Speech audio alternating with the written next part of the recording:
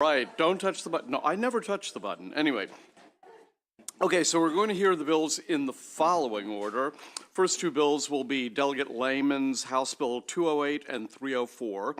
Then we will go to Delegate Curran Fair's House Bill 139, Delegate Griffith House Bill 250, Delegate Charles 252, Delegate Foley 262, Delegate Jeffrey Long 311, and then Delegate Frazier Hidalgo, House Bill 312. So let's begin with House Bill 208. Mary, are you ready? Excellent. Yeah, please do.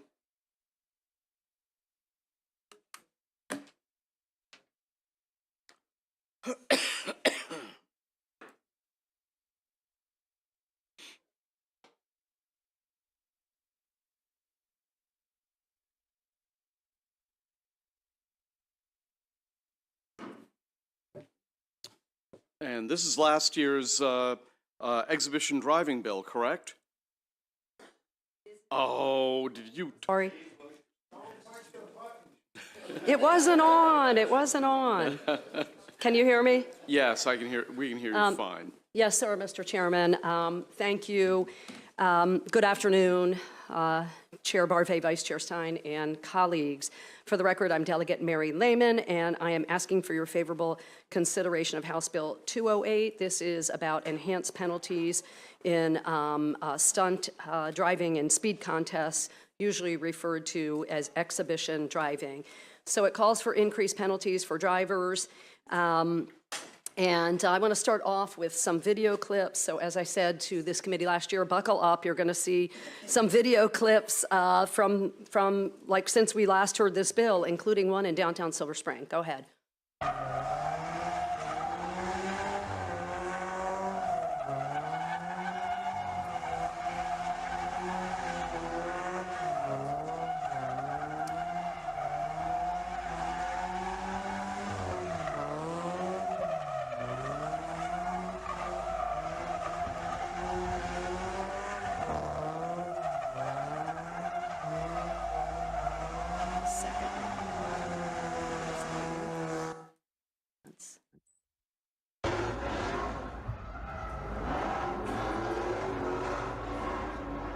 So same vehicle at a second location with a friend. Baltimore City.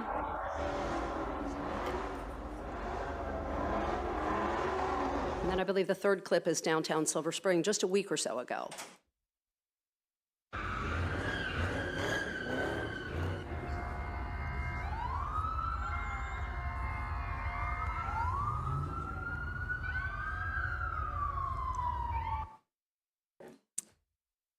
So as you all know from last year, this is a problem that we've been dealing with for quite some time, but it anecdotally seemed to get worse during the pandemic. And a number of years ago, Worcester County came to this committee because exhibition driving had become such an enormous problem on Coastal Highway and asked the legislature for the unique ability to make exhibition driving a must-appear offense. And you will hear from Ocean City Police and I think the mayor, I believe the mayor may be here as well, to talk about how that has made a difference and cut down dramatically on those events in Ocean City.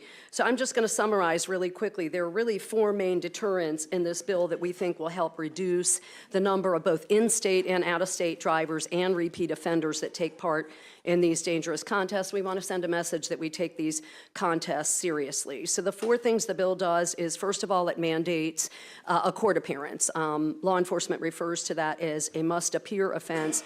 Currently, except in Worcester County, a driver that is cited in one of these contests can prepay the fines, does not have to go to court. Secondly, the bill increases the points that are assessed against drivers that are convicted of violating the law. A driver will receive 8 points if there is no bodily injury as a result of the contest, 12 points if the event causes bodily injury. The reason this is important is that 8 points for someone, even without any points on his or her license, will result in suspension. 12 points results in a license being revoked. Then thirdly, it authorizes a fine of up to $1,000 upon conviction for a contest with or without bodily injury. That current fine is $500.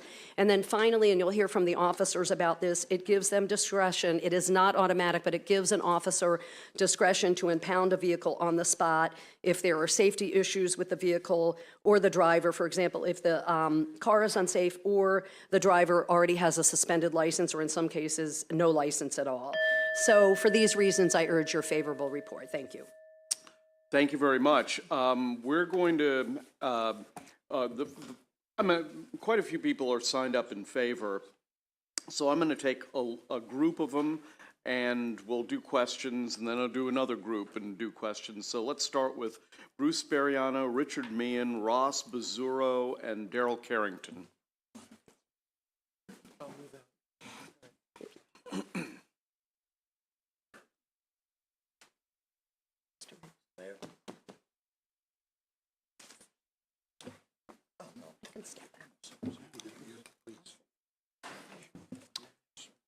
Who would like to go first? Mr. Bariano? Thank you, Mr. Chairman and members of the committee. It's a pleasure to be here. For the record, my name is Bruce Bariano. I'm here on behalf of the Mayor and City Council of Ocean City in very strong support of this legislation. We thank Delegate Lehman and the co-sponsors for putting this legislation in. You may recall, Mr. Chairman, and those members of the committee that were here previously to the change in elections, that you responded so wonderfully and so strongly in passing Ocean City's local law, which worked. You passed a law that worked immediately. The definition of exhibition driving, the ability to arrest, to impound, and to stop. You recall the video that we showed. You see this here. This is very ugly, serious stuff. I've sent all of you an article. It worked so successfully in Ocean City that the groups have moved up to Wildwood, New Jersey. And 2 people were killed because the worst happened up in Ocean City. Car went out of control and 2 people were killed. And you see it's going on elsewhere in the state. Based upon Ocean City's success, this bill makes this statewide, which we fully support. Our main pitch, and we urge you so strongly, we all love Ocean City, we all come to Ocean City at some point, is don't change our law. Our exhibition driving definition is in the state bill. The impounding, the arresting, we need those elements. They were not in the bill unintendedly. The bill was not functional when it passed last session. And it was vetoed with the promise we'd all work together, which we have. We've met the Senate bill and the House bill. We're totally committed to this urgent favorable report. But please leave intact, I would say as a final word, what you did with the language that's on the books in Ocean City that's working and has been successful, and make that statewide. Thank you very much. Thank you very much. Mr. Meehan. Thank you very much, Mr. Chairman, members of the committee. Thank you for having me here today. I'm going to tell you a little bit about what happened in Ocean City if you're not familiar. But in 2018, we were invaded by a pop-up motor vehicle event. And by pop-up, I mean this is a social media generated event.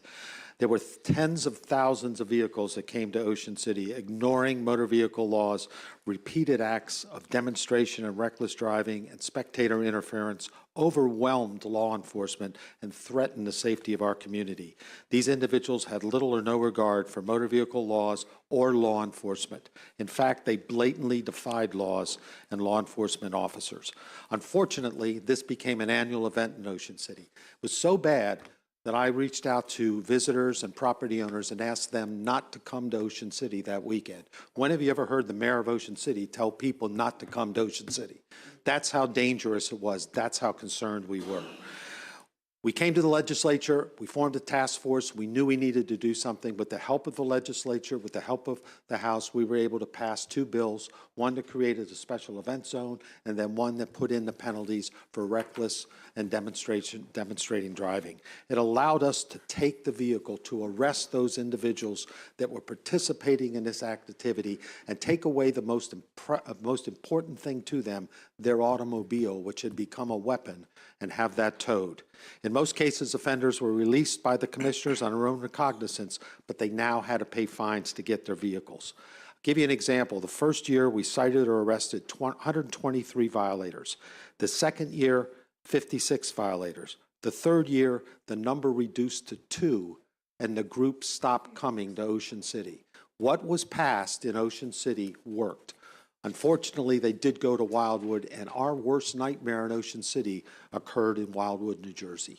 Since that happened, I've spoken to the mayors of the Wildwood beaches, and they've all asked for copies of the legislation. Please continue. Yes, they've all asked for copies of the legislation that Annapolis passed to address these issues in Ocean City.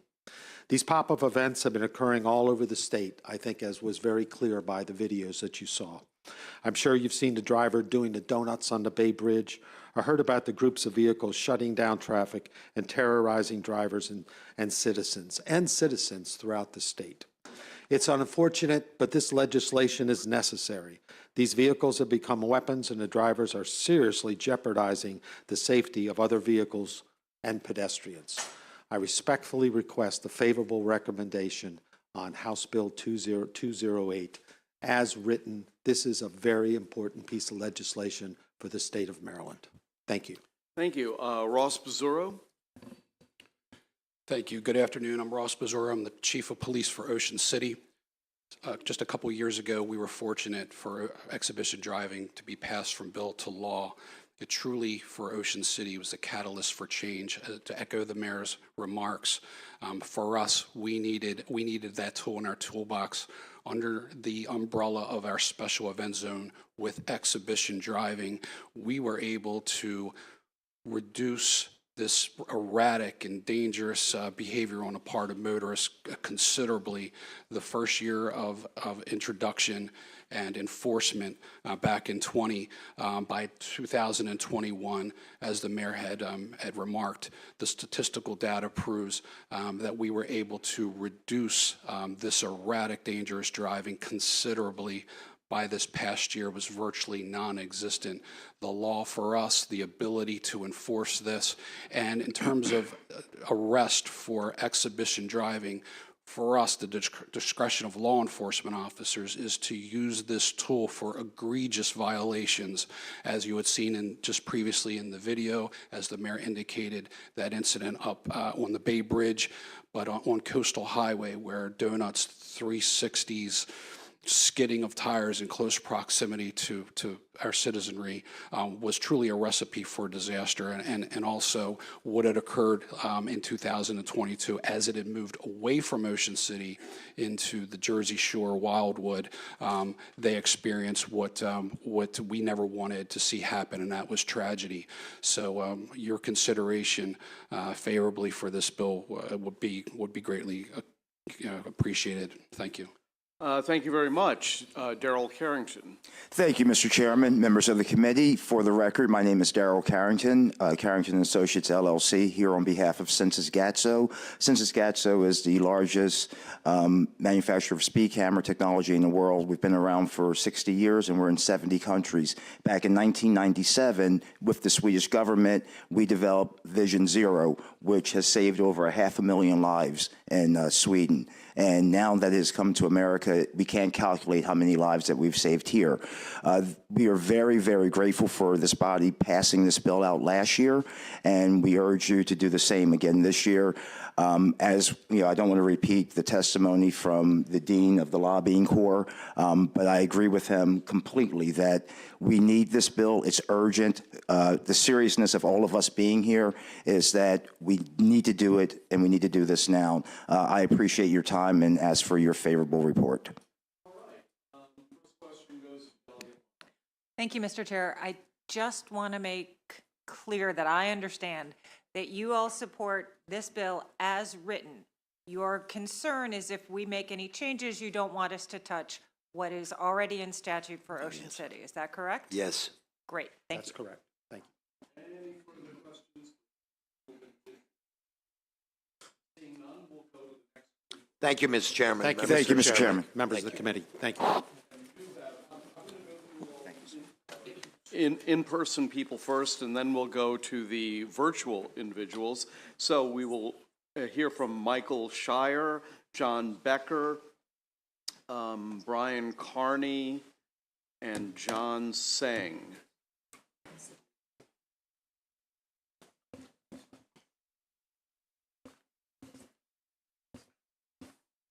Who'd like to go first? Go.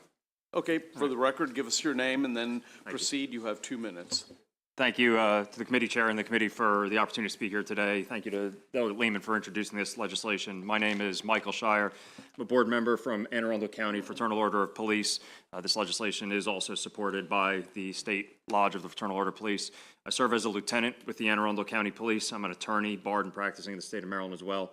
I do work as a patrol lieutenant. I have seen this firsthand. I'm glad that we were able to see some video today because it gives you some sense of what it is like to experience these events and the danger of them.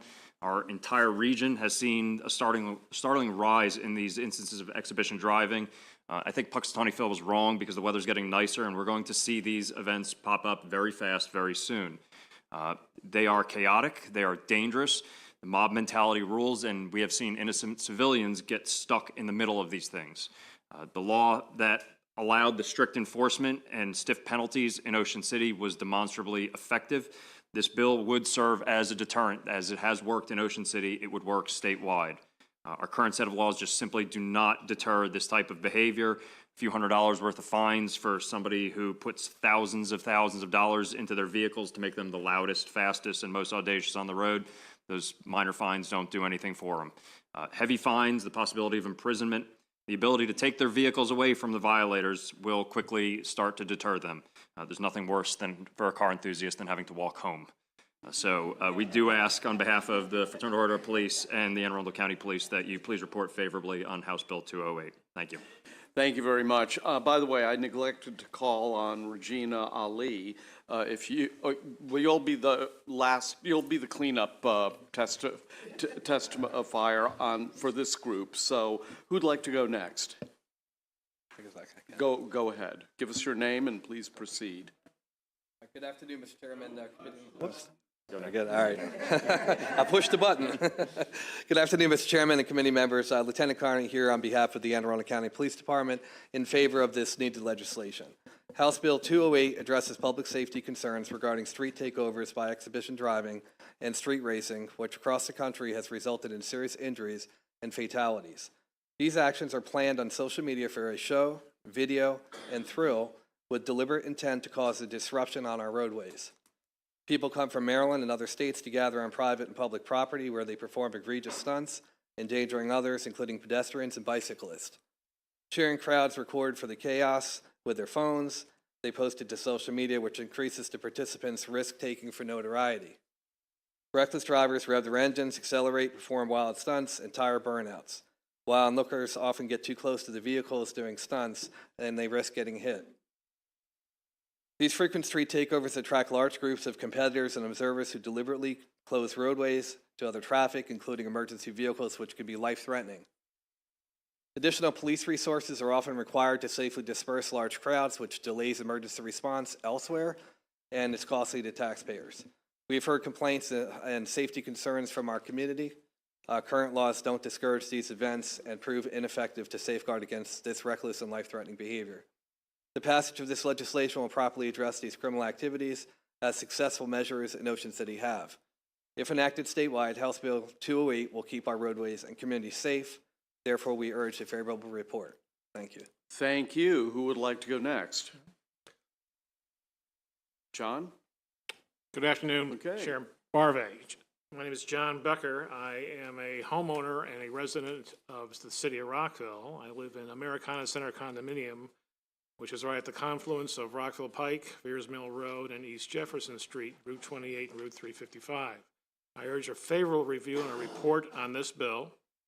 And the reason why I'm here today, although I'm a member of the Maryland Coalition for Roadway Safety, as a board member, I'm here as a citizen who lives next door to this noise situation and the potential as far as the exhibition driving. Although we don't have the instances that Silver Spring is going through in other locations, there is an occasional car, there is an occasional motorcycle that goes through the area and at these intersections does a little dance. It is very important that this opportunity to enforce this situation be provided to the Police Department of Rockville, as well as all across the state of Maryland. I urge you, therefore, please again, pass this with a thorough review. Thank you very much for your time. Thank you very much, John. Who would like to go next? That would be me. Thank you, Mr. Barbet. My name is John Tseng. I chair and have founded the Maryland Coalition for Roadway Safety, AKA Safe Roads Maryland. Thank you for your time today. Our coalition unequivocally supports House Bill 208, and we urge your favorable recommendation. My perspective is not to repeat some of the shocking and horrible anecdotes or tell those stories in a different way, but to push maybe the perspective back a little farther, that I believe this is what we've seen here today is the bleeding edge of overall growing problematic behavior in the state of Maryland and perhaps throughout the country. Now, here's a pack of cigarettes that I'll hold up. If I were to take a cigarette out and light it up in this room, I'd like my odds pretty much within 5 or 10 minutes of being escorted from the room. So when will the state of Maryland take roadway misbehavior, reckless driving, speeding, on and on and on, with half the seriousness of someone lighting up inside a state building? So I think to call this bill timely could well be the understatement of this entire Maryland General Assembly session this season. This bill effectively discourages, deters speeding, noise. The worst, as I said, of these ills you've seen in the video.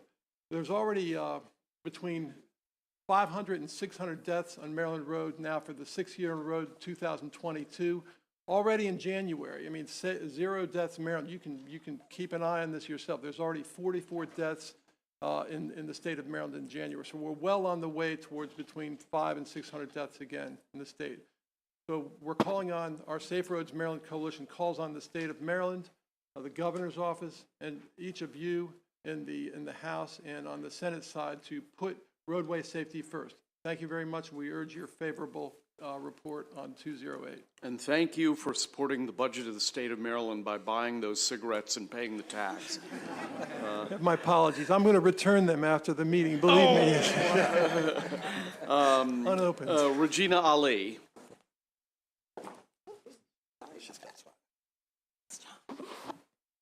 Thank you, Mr. Chairman. Good afternoon, Mr. Chairman, members of the committee. Good to see you all again. I'm Regina Ali, Public and Government Affairs Manager for AAA Mid-Atlantic here in Maryland, Washington, D.C., and most recently in Northern Virginia. We are here in support of House Bill 208. I think we've heard from the Chief of Police in Ocean City as well as the Mayor about the success that we have seen in Ocean City as a result of the existing law. Unfortunately, law enforcement officers, and I should say full disclosure, I'm also a former police officer in Baltimore City myself. Police officers, thank you. Police officers across this country and here in Maryland are certainly citing an increase in illegal street racing. I know that in 2021, Maryland State Police conducted a joint law enforcement initiative focused on speeding and aggressive driving. It was a 4-day period on Interstate 70. It resulted in the issuance of more than 300 traffic citations and warnings. We're hearing a lot about the dangers of this, but I'll give you a few examples, very sad and tragic examples of folks that have lost their lives as a result of these races right here in our state. In May of 2019, 19-year-old Zach Friedlander and his dog were killed in Baltimore County as a result of a crash where the driver who hit him was reportedly street racing and driving at a speed of 116 miles per hour in a 35 mile per hour zone. In 2009, 2 people were killed and 2 more were seriously injured in Woodlawn, again in Baltimore County, as a result of illegal street racing on Interstate 70, thus the police enforcement in that area. And in 2008, 8 people were killed in Prince George's County when the driver of a car that was participating in an illegal race crashed into a crowd of spectators. And the list goes on, not only here in Maryland, but across this country.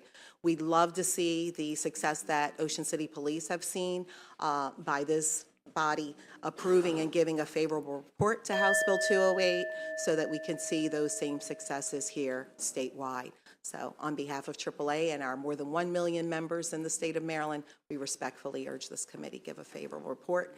Thank you. Thank you. Before I go to the virtual witnesses, any questions for this group of witnesses? Seeing none, thank you very much. We will proceed to the first virtual witness, Karen Coakley with the Beltsville Citizens Association. Karen, are you with us? Yes, I am. Great. I'm here. Okay. I'm back. I was here last year. I'm back for round 2. Let's get this done. Do you have your camera on, or do you can keep it off if you wish? I don't know. We can't see, we can hear you, but we can't see you. I can't figure out how to turn it on. Okay, well, you know what, just proceed with your testimony. Yes. So Chairman Barbe, Vice Chair Stein, and members of the committee, thank you all for taking the time to listen to me. As I stated, my name is Karen Coakley. Not only am I president of the Beltsville Citizens Association, I am a lifelong community activist supporting first responders. I have served on the Prince George's County-wide Fire Chief Citizens Advisory, along with Fire Chief Mark Bayshore. I've also represented my community on the local police district CAC. My questions are how, when, and why did someone's entertainment become more important than someone's life? From the moment I saw the stunt drivers who closed Route 1 in 2022 near College Park and Beltsville, my first thoughts were for the potential innocent victims when entertainment road closures delay. An innocent victim who lost their life, an innocent victim whose injuries wound up being significantly worse. Why, I ask, were the first responders delayed? They were delayed because of entertainment road closures. Racing parties create 3 types of victims. The innocent, because the first responders were delayed due to entertainment road closures. Number 2, the spectators, such as those who lost their lives on Indian Head Highway in Prince George's County. Number 3, last but not least, the police officers dealing with several hundred drivers and spectators who outnumbered them by at least 20 to 1. These situations create mob mentality. Last year, there was a race in Laurel when the mob mentality got so excessive that one of the spectators opened the gas tank of a police officer's car. I can guarantee you he was not going to fill his car up with gasoline. Thank God someone in the crowd had the presence of mind to pull him away. Fortunately, nothing happened. The quicker first responders arrive, 5 damages or less, medical treatment is delivered sooner, the ramifications of emergency situations are not as severe because of entertainment. If you could begin to wrap up your testimony, the I committee. just got to. Okay. Lives are not lost. What do you say to the citizens of Maryland who suffer damage of loss or property? Is someone's entertainment more important to the losses than the citizens of Maryland? How do you tell families in Maryland that we put a greater priority on entertainment? Let's get this bill done this year. Let's protect the families and the residents of Maryland. Thank you so much. I appreciate your time. Okay, thank you very much. Next, let's turn to Nancy Turner-Smith, who is also a virtual witness. Nancy, welcome to the committee. You have 2 minutes. Hi, and thank you very much. I represent a community in South Laurel. We are sending strong support for this bill. My family and our neighbors have made countless calls to local, state, federal police about the noise and the traffic disruption and the reckless endangerment caused by these so-called car meets. We've been astonished to learn, as we've heard here, that these groups have immobilized traffic, motorists including first responders and folks trying to get emergency help.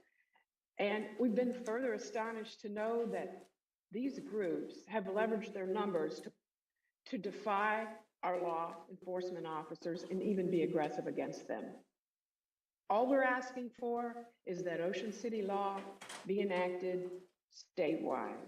Thank you very much for listening to me. Thank you, ma'am. Are there any questions for these last two witnesses? Seeing none, thank you very much. And before I conclude the testimony on the public hearing on this bill, Delegate Lehman, I have to say I want to thank you for your persistence in this. It happened at the last minute, and we certainly did not want to endanger the law that we passed for Ocean City. So glad you stuck with this and worked it out with everybody. Thank you to Mr. Bariano and Ocean City as well. So that's it. That's the end of the public hearing for House Bill 208. We will proceed now also to a Delegate Lehman bill, House Bill 304. And if you have people you'd like to have called up, please do that. Mr. Sang and law enforcement, if I have any there. I know some law enforcement agencies did not take a position on this bill. I don't think any are opposed, but Okay. no, this is Okay, well, you can okay. proceed when you want. Yes. Thank you, Mr. Chair. So, good afternoon again, Chair Barbe, Vice Chair Stein, and colleagues. For the record, I am Delegate Mary Lehman asking for your favorable report on House Bill 304. This addresses modified vehicle exhaust systems and calls for enhanced penalties and a change in the standard that has been on the books for many years, which ties the maximum allowable noise that a vehicle emits to from the current standard of the year that it left the factory to a new and different flat standard of 95 decibel levels. Just to go back briefly, there were attempts in the past to address both exhibition and speed contests with modified exhaust systems, noisy cars, but that proved a little bit too challenging for sponsors in the past. So these two issues have been separated, although, as you heard from witnesses, in speed contests, these things are often related. The cars participating in stunt driving and speed contests have often been modified. But so what House Bill 304 would do is use this 95 decibel level threshold to replace that existing standard I talked about that says a vehicle cannot be modified in a way that makes it louder than when it left the factory. And that standard really is too difficult to enforce. HB 304 also includes financial penalties for first, second, and third violations of this 95 decibel level threshold. It does exempt historic vehicles. So any vehicles, cars, or old trucks with those historic tags were deemed a few years ago to not really be a significant part of this problem. So this bill does carve those vehicles out. We also hear consistently from law enforcement agencies that they do not, in fact, have the equipment to measure vehicle noise. So in response to this, the bill creates a small grant program within the governor's Office of Crime Prevention, where law enforcement agencies or their localities, municipalities and counties could apply for grants to purchase the kind of equipment they need. Right now, most law enforcement officers I've talked to over the past 2 years have said they've been on the job long enough to discern just by ear when a vehicle is too noisy. However, that if a citation is issued as a result, that definitely would not hold up in court without that, some kind of technology to back that up. Briefly, I want to say that in case you're wondering what 95 decibel levels is, it is the standard that has been in place for many years in California law. But to understand how loud that is, a whisper is typically about 30 decibel levels, a normal whisper. Normal conversation is about 60 decibel levels, and a motorcycle engine running is normally around 95 decibel levels if it has not been modified. So again, a citation could be issued for a vehicle that exceeds that 95 decibel level threshold, and a police officer may order a safety equipment repair order the same way an officer would issue you a repair order if your headlight was out. Noise pollution is an area of greater concern, has been for a while, seems again to have gotten worse during COVID. Consistent exposure over really 85 decibel levels to the human ear can cause substantial hearing loss. So this bill is only a small step in addressing a common problem. and I hope you will give it a favorable report. Thank you. Thank you. Before I recognize the witnesses, I neglected to welcome our three friends from the Judiciary Committee, Delegates Valentine, Young, and Simmons. Two are Democrats, one are a Republican. I'm not really sure which ones are which, so, but it doesn't matter. I could probably guess, though. Oh, I didn't want to have to be the one to say that. In any case, okay, let's go to John Becker and then John Seng in that order. Thank you, Mr. Chairman. John Becker, again, I am a resident of the city of Rockville at Americana Center, across the street from the Rockville Metro Station, Route 355 and Route 28. I'm here more or less not only as a board member of the Maryland Coalition for Roadway Safety, but also as a resident who is experiencing this modified noise, exhaust noise from vehicles traveling past my home. I urge the committee to provide a favorable review and report on this bill. It's very important for us. What we're experiencing, and I have a chart here which you will all receive probably next week with some more data to back it up. 95 decibels is 95 feet away from my home bedroom window to Rockville Pike. And at my bedroom, I'm getting 95 decibels. And it's rush hour in the morning, midday, lunchtime, evening rush hour, and also during the weekends. I urge you, please, please support this bill. Let's get this thing under control because it's affecting everybody in downtown Rockville and throughout the city. Thank you very much. Thanks a lot. Mr. Seng. Yes, thank you, Chair Barbet. John Seng, Chair and founder, Safe Roads Maryland Coalition. We strongly urge your favorable review and submission on HB 304. We hear across the state from multiple communities, this is number one or very close to the top of complaints that city councils receive, county governments receive from homeowners. You can hear the noise. We also take the stance that we believe that excessive vehicle noise is the flip side of excessive abuse and speed of automobiles, motor vehicles. We're happy to look into providing evidence for that stance. The 3 points I'd like to make in sort of supplementing what Delegate Lehman has illustrated with regard to 95 decibels. The CDC looks at 100 decibels. 100 decibels, listening to that for 15 minutes causes permanent hearing loss. Okay, so what John is, my friend John is living with in Rockville might well be affecting his human health care just by living where he lives. Secondly, looking at the issue and who is in support of this bill, we marvel that the Specialty Equipment Manufacturers Association also is supporting and lobbying heavily in support of this bill. So if these two organizations can align to get something done with an egregious noise level that's 95 decibels, something's got to be right about this bill.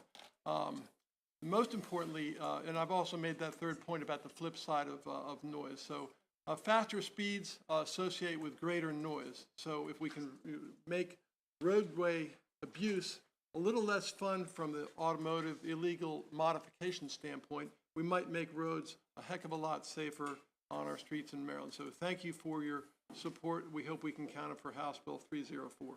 Yeah, in the 70s, I remember going to several Led Zeppelin concerts. I bet that was over 100 decibels easily. Okay, are there any questions for the in-person witnesses that we have before us right now? Yes, Delegate Naraki. Thank you, Mr. Chair. What were the 70s like, Mr. Chair? I wasn't there. More fun than now.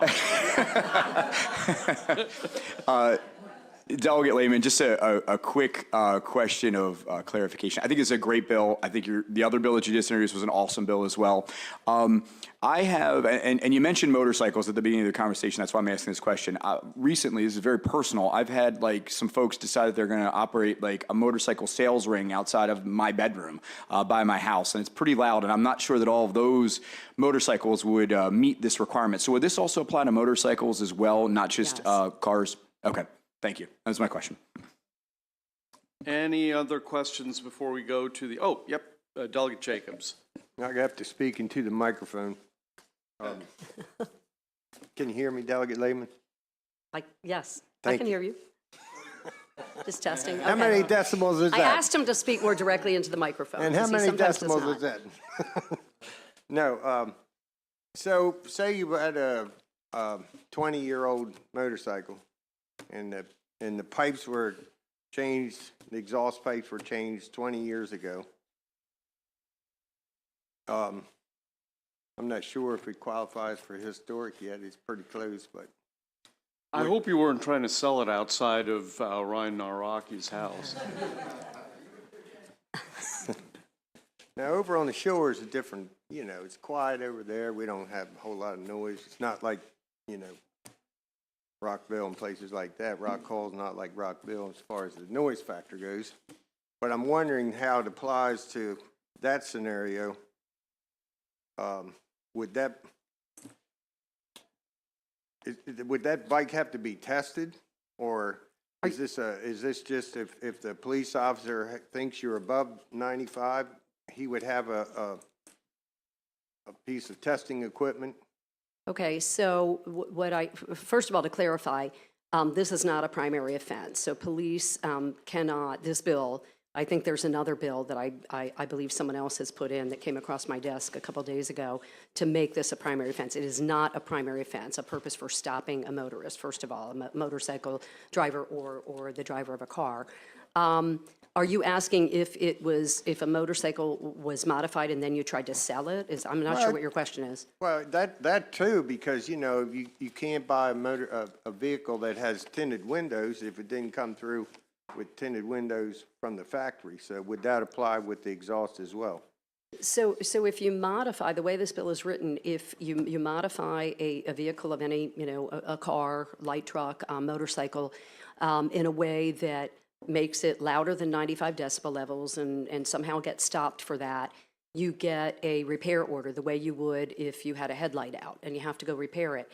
If you don't repair it and you're stopped again, then the fine increases. I believe it goes from $200 to $400 to $600 for first, second, and third offense. There is no criminal penalty. It's civil and it's a fine, and it can be prepaid. It's not a must-appear offense. I don't know if there's law enforcement that can address the issue of if you modify it and then try to sell it. I would not advise that, but. And in my testimony, I said from the research I did, the average typical motorcycle is around 95 decibel levels. Whether older models are louder than that, I am not sure. So, my follow-up question, Mr. Chairman, if, say you did have a motorcycle that it's not uncommon for the exhaust pipes to be changed on from the factory. And so you went to sell it or trade it in, would that affect that sale for that next person having it inspected to put tags on it? The bill does not address that scenario. I'm happy to follow up with you on that question, but the bill does not address a scenario like that. Because I'm trying to figure out the legality of it, whether it would affect going through inspection or not. Yeah, and Delegate Jacobs, if I might, Mr. Chairman, ask him, I believe you raised a concern about this last year. You were a motorcycle owner, is that correct? I own one, but I'm curious for my colleagues and my friends, And you that you own might know better motorcycles. than me or other motorcycle owners how loud older motorcycles are. I just did come across more than once that figure that the typical motorcycle is about 95 decibel levels unmodified. But that doesn't necessarily apply to every model of every year out there. Right. But I think one of my questions is if say the exhaust pipes were changed from the originals and they sell the motorcycle, trade it in, whatever, would that bike then have to not pass inspection and the exhaust pipes have to be changed in order for it to pass inspection? Again, the bill does not contemplate that, so. Well, it talks about decimal levels. That's why I'm trying to clarify what it means. Because like I said, if you tint windows that weren't factory tinted, when you have that car inspected, they can make you strip the tinting off before it'll pass inspection. So I'm wondering, under the same scenario, would that be the case with exhaust pipes? And maybe somebody coming up there can answer that question. I'm not sure, but it's, I might have a different answer for you, or a better If you. clarification. Yeah, for the record, give us your name and then respond, please. Mike Shire from Anne Arundel County Police. Just to be clear, I'm not giving a position one way or the other on this bill, but just to hopefully help move things along to answer your question. The inspection requirements are codified in the Code of Maryland regulations. That's what the inspection stations would use to determine whether or not a vehicle would pass inspection. If this is just a modification to the transportation articles, it wouldn't touch the Code of Maryland regulations. That would be separate. well, I'll follow up with council on that, just for clarification. I don't want to keep, the whole conversation going on this particular topic. But my last question, I hope, Mr. Chairman. These machines that are testing the noise, are they going to be calibrated on a regular basis? I know that when I was mayor, I had noise ordinance issues, and there was always a calibration. If that machine wasn't calibrated on a regular basis, then that case would basically be thrown out of court. So, have you thought about that part of the calibration of the machine that's actually going to test the noise? No, one of the main changes in the bill from last year, besides the decibel level, is the grant program. And, I'd certainly be willing to follow up with you and to, if the bill passes, work with the Governor's Office of Crime Prevention, that is the agency that would administer this grant program, on that concern. But, about what I'm trying to say is that buying the piece of equipment is one thing. In order for it to hold up in court, it has to be calibrated sort of like a radar on a regular basis. And I don't know if you have that factored in or not in this. I do not. Okay, thank you.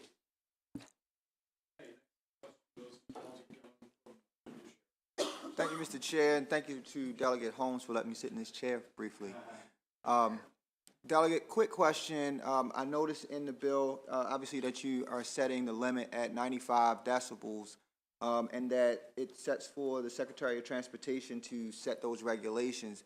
And it looks like you're just adding that limit. My question is, and forgive me if I missed it or if it's in the testimony, are there any limits already that exceed 95, and or could you share with us like what limits exist for us to have that list? So again, 95 is the standard in California law. I would actually be open to a lower level, because the research I did indicated that consistent exposure to anything above 85 decibel levels can be, damaging to human health, to hearing.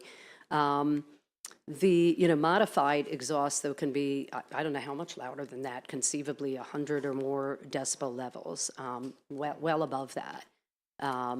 But the reason, again, for the grant program to allow the purchase of noise, monitoring equipment is most law enforcement agencies that I have spoken with over the last few years say they are not in possession of any kind of technology to actually, record noisy cars, and the concern is then without that, a complaint, if it's taken to court, would not stand up in court. So that's the reason for trying to get at that part of it. It seems anecdotally to be a growing problem. I've had a number of colleagues on this committee and beyond say that those issues, loud cars and high-speed driving, are among the top complaints they hear at community meetings, like constantly. What are you going to do about this? This is disruptive. This is a problem.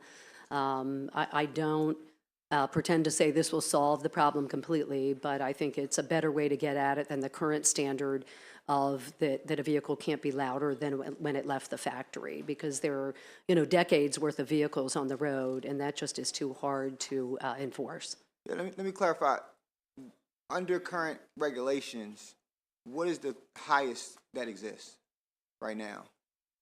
What, I'm sorry, what is what? Under the current regulations, what's the highest decibel threshold that exists? We don't know of one. But that's the unique thing about this bill, sir. So this is John saying, but we don't know of a decibel threshold currently on the books currently in law enforced in the state of Maryland. So what I'm going to ask for you all to seek and share with us, your bill, the law already establishes that the Secretary of Transportation creates these regulations that has decibel thresholds by vehicle. So what I'm simply asking is, would this change any of the current decibels by placing a cap? Will we have to then go and amend those regulations such that if there was one that's at 100, we would have to bring it down into compliance? So that's what I'm asking for you all, if you could gather that for us. Thank you. I could follow up on that. I don't have the answer to that, but thank you for the question. Next question goes Oh, Mr. Chair? Mr. Chairman? Sorry. Oh. Mr. Chairman, John Becker, I'd like to just chime in real quick. New York City has already adopted this technology. They are already issuing citations on WUSA 9, Channel 9 out of Washington, D.C. 2 weeks ago had a segment where Washington, D.C. is installing these noise cameras in a test pilot location in downtown D.C., and all that technology is there. I think we can do some research also to assist to provide that through Delegate Lehman. So there's something there already. It's just you need the specifics on what is being installed and being used. So I just want to make that comment. I just heard from our counsel that there's no specific decibel number in the law currently. It's just set by the secretary. Yeah. Okay, Delegate Foley. Thank you, Mr. Chair. I was going to follow up on Delegate Young's question, but council weighed in, but I do point out that the fiscal note states that current regulations already establish limits below the 95 decibel threshold.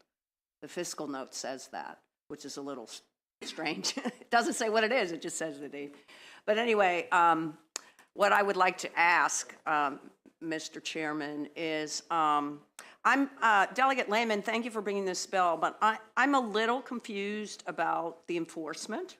So there are two parts to this bill, right? One of them is no vehicle can be over 95, can emit sound over 95 decibels. Is that correct? Whether it's modified or not modified.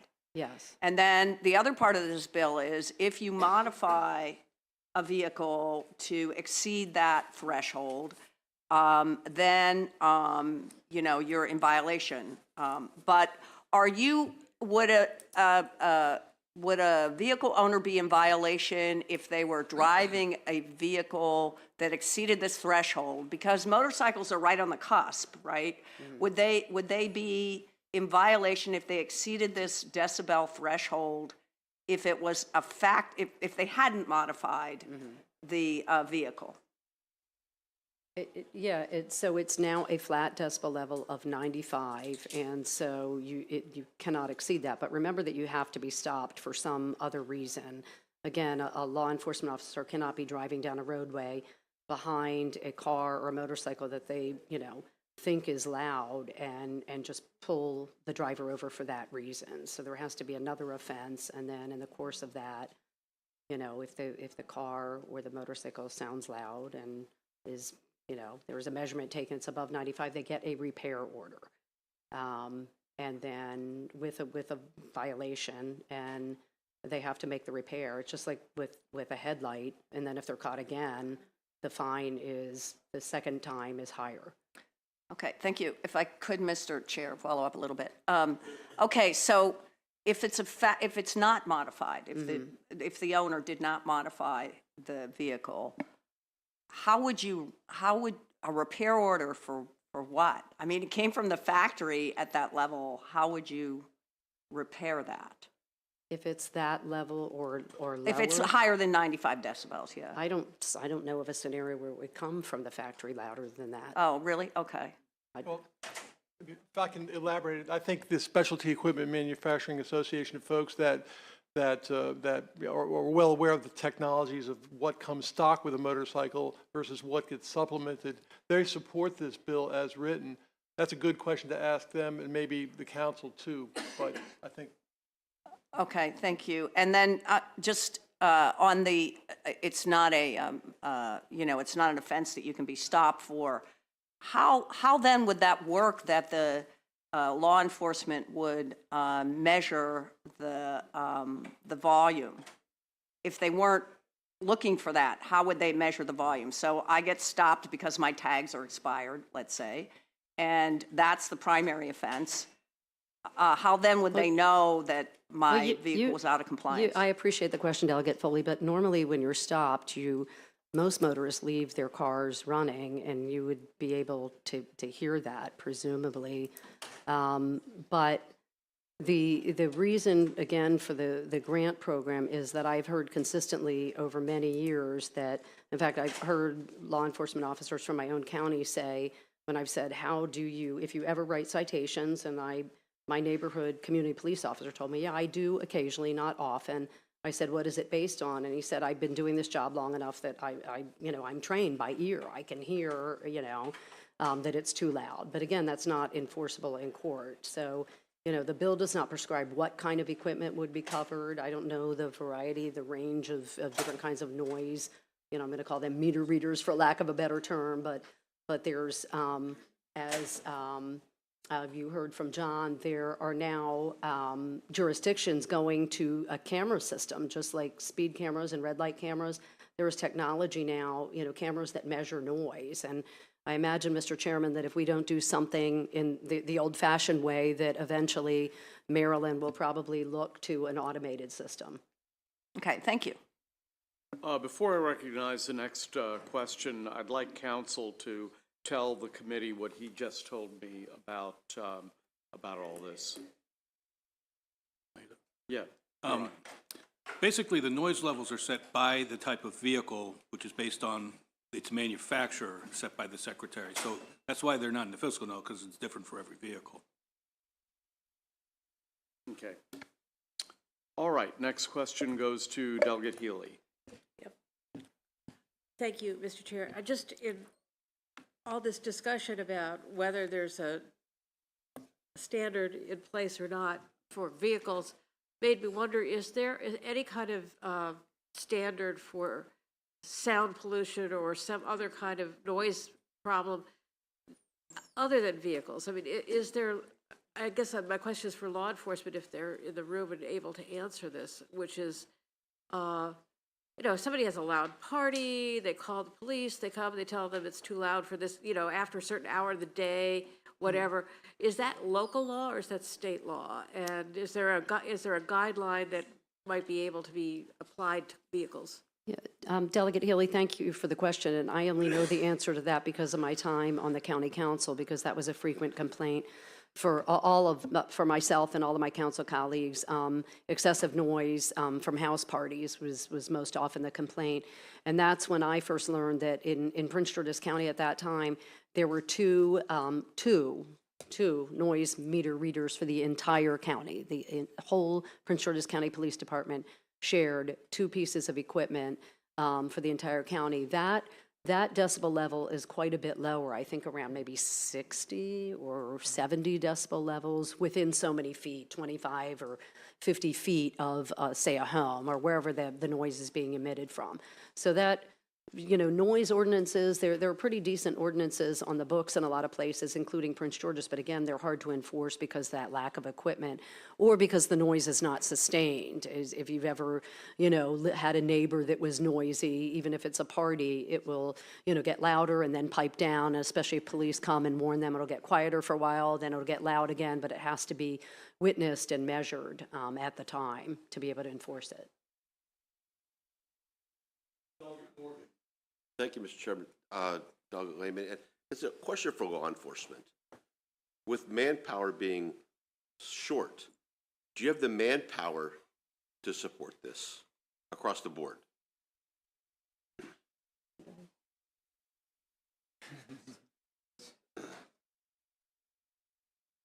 Mike Shire for the record. Tough one to say. It's a secondary violation. When it comes to enforcing transportation articles, it's at the discretion of the police officer. I can't really speak for any particular agency across the state of Maryland.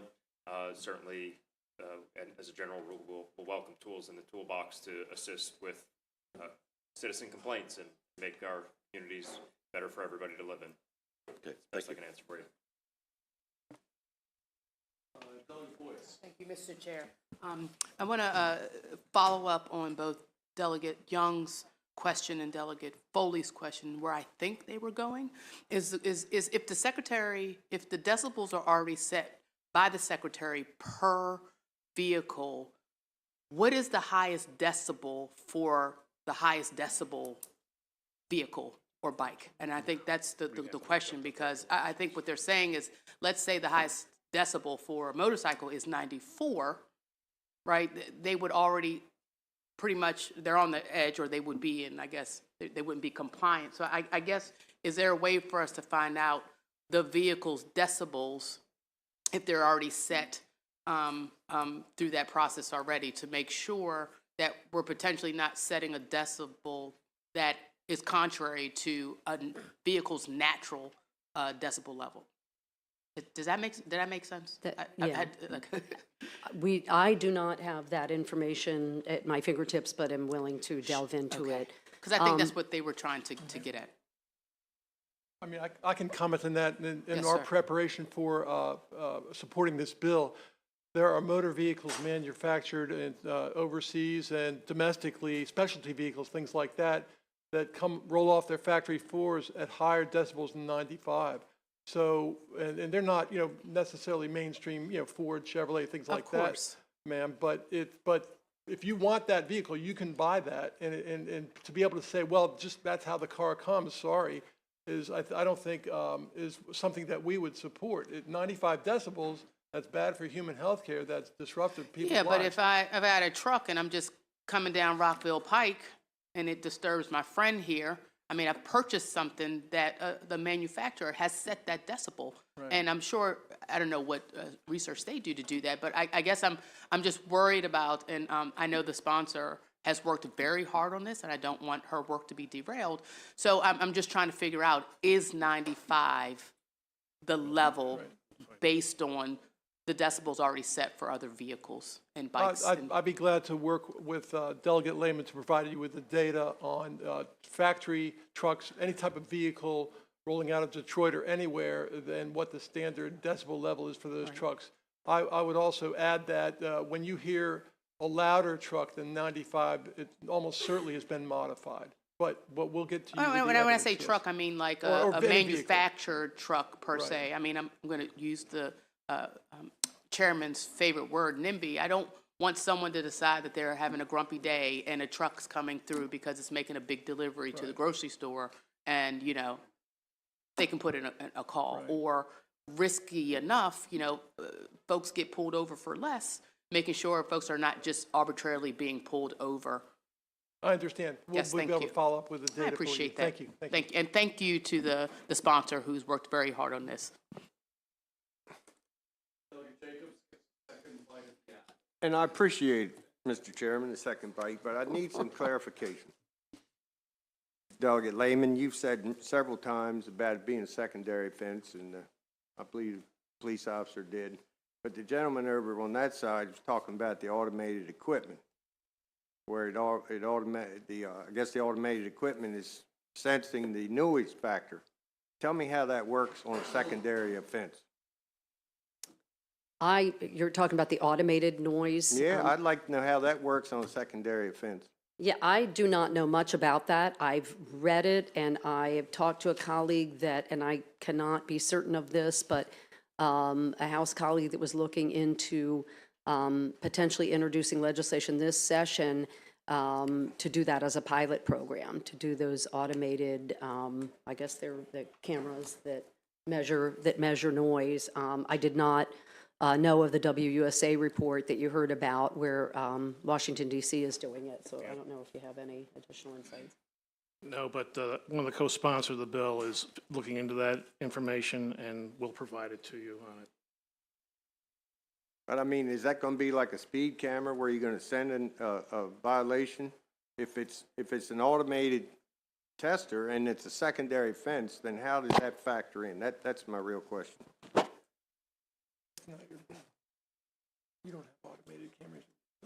So basically what you're saying is that automated devices typically are for primary offenses. Yes, I mean, you get a violation for running a red light or speed and, speed enforcement issue with the automated machine. You don't get points, but you get a violation. So if this is a secondary offense, how does that automated machine factor in? Well, let me suggest that maybe this is a discussion that's better suited to the subcommittee. So Thank you. We'll take it up Thank you, there. We'll take it up. Yeah.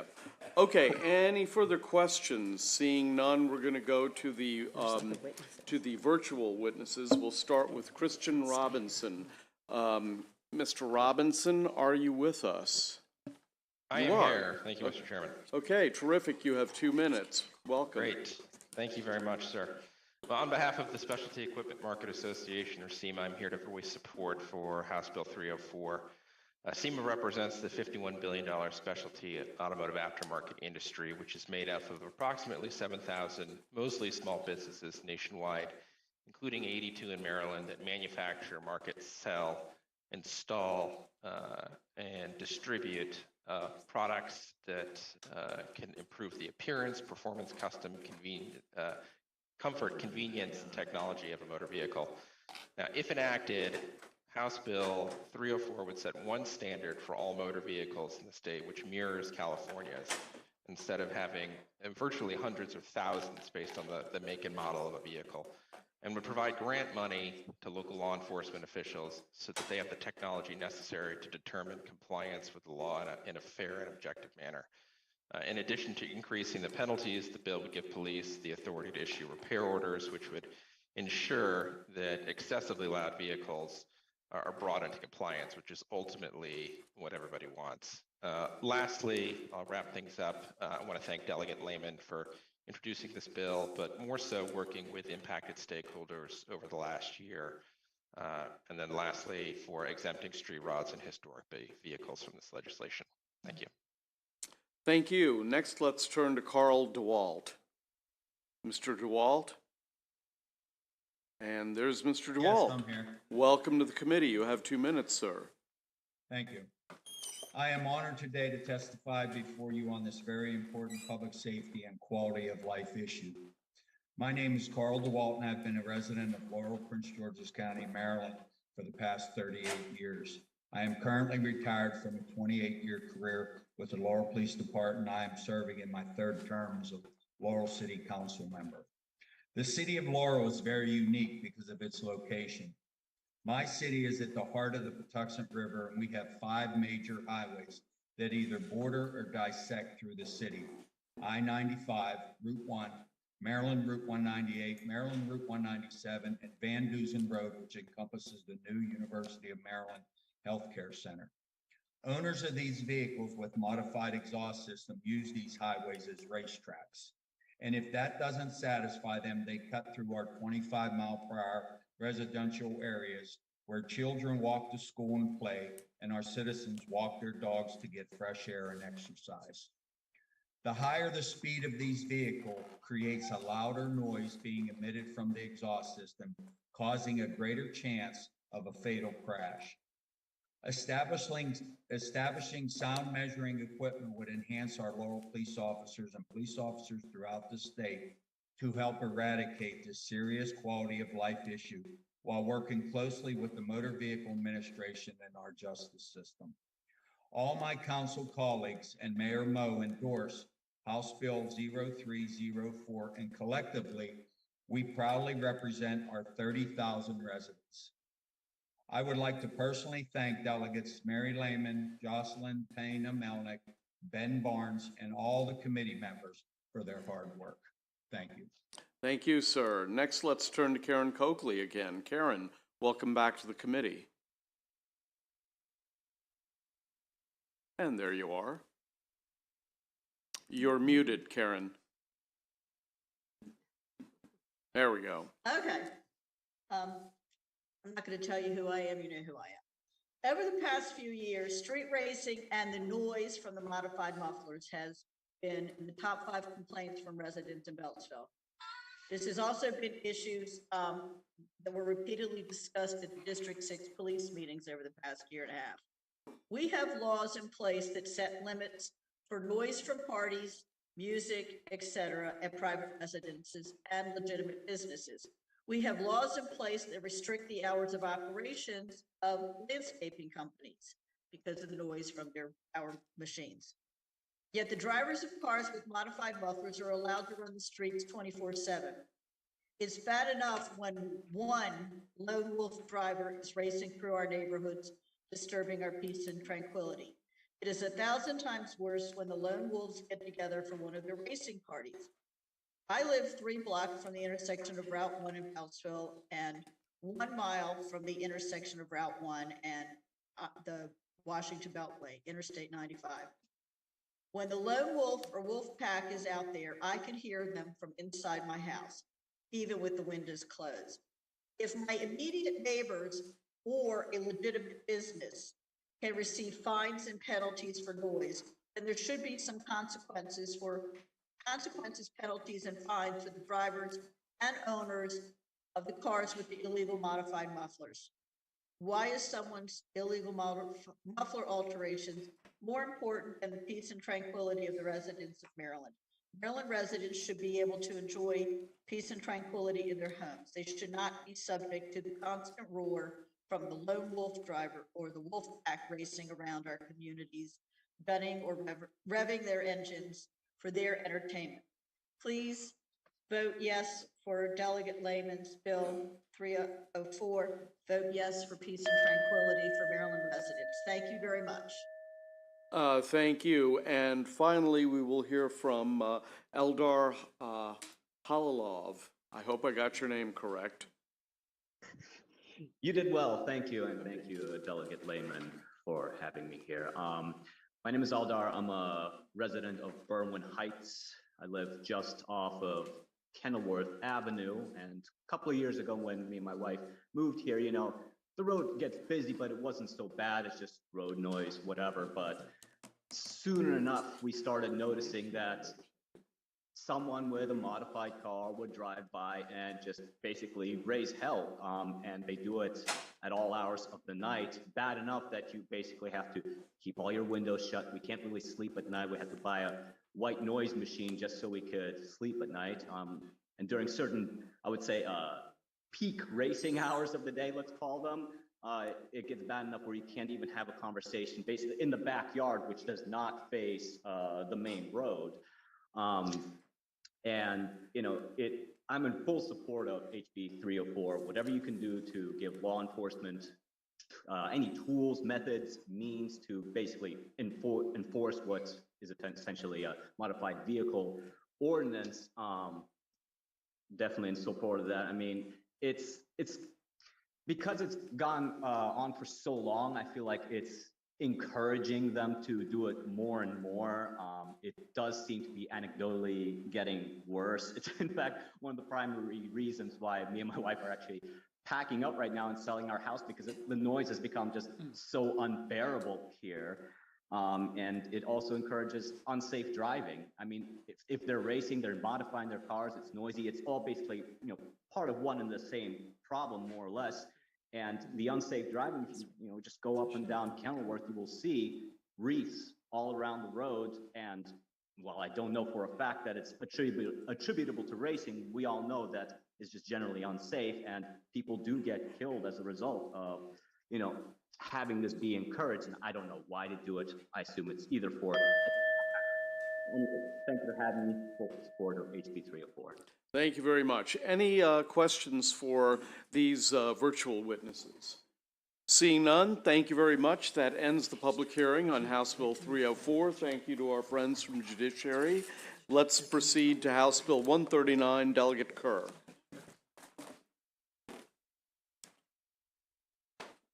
Mr. Chairman, may I bring my panel? Please do.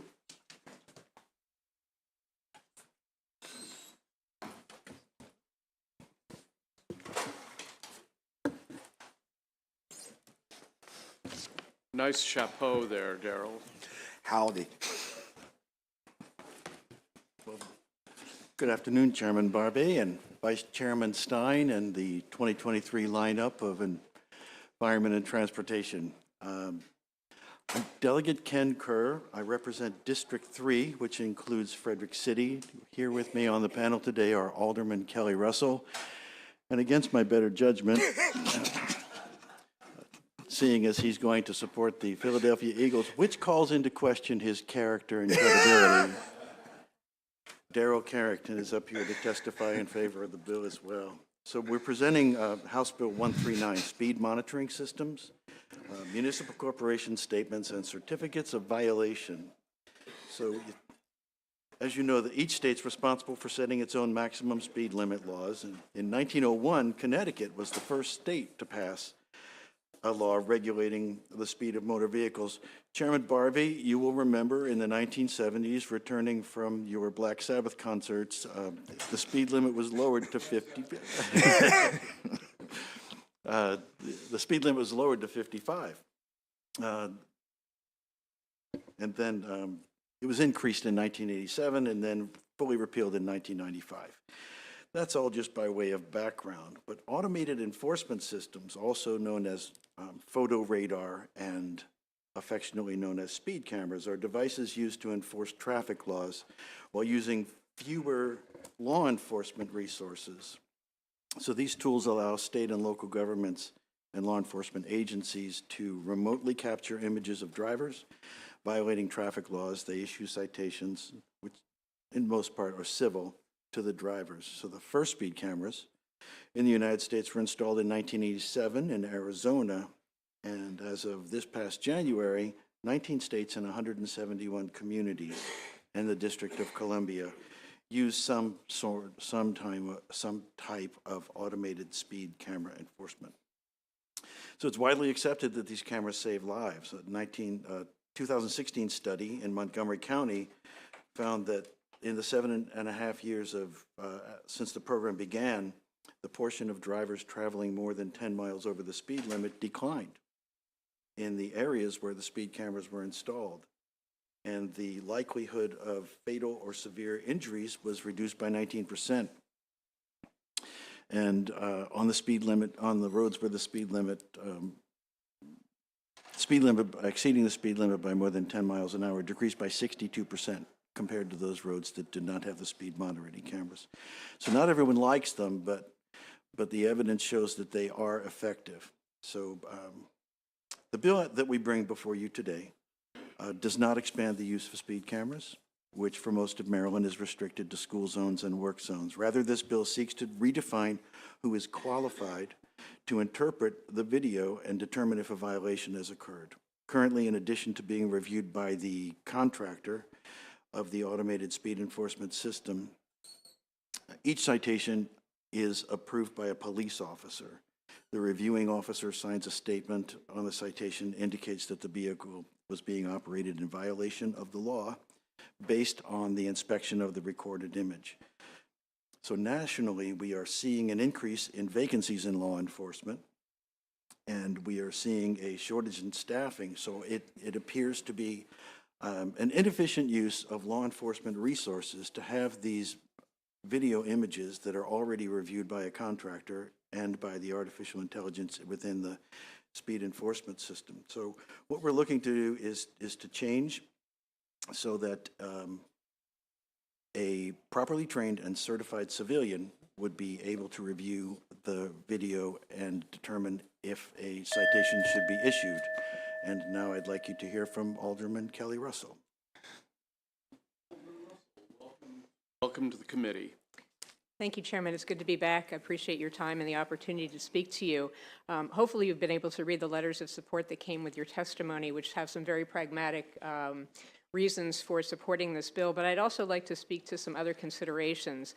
There are 157 municipalities in the state of Maryland. Only about half have police departments. Most of those agencies are small and they do have limited resources. Diverting an officer to this task burdens their resources and can make an automated speed enforcement program untenable. About half municipalities do not have their own police department at all.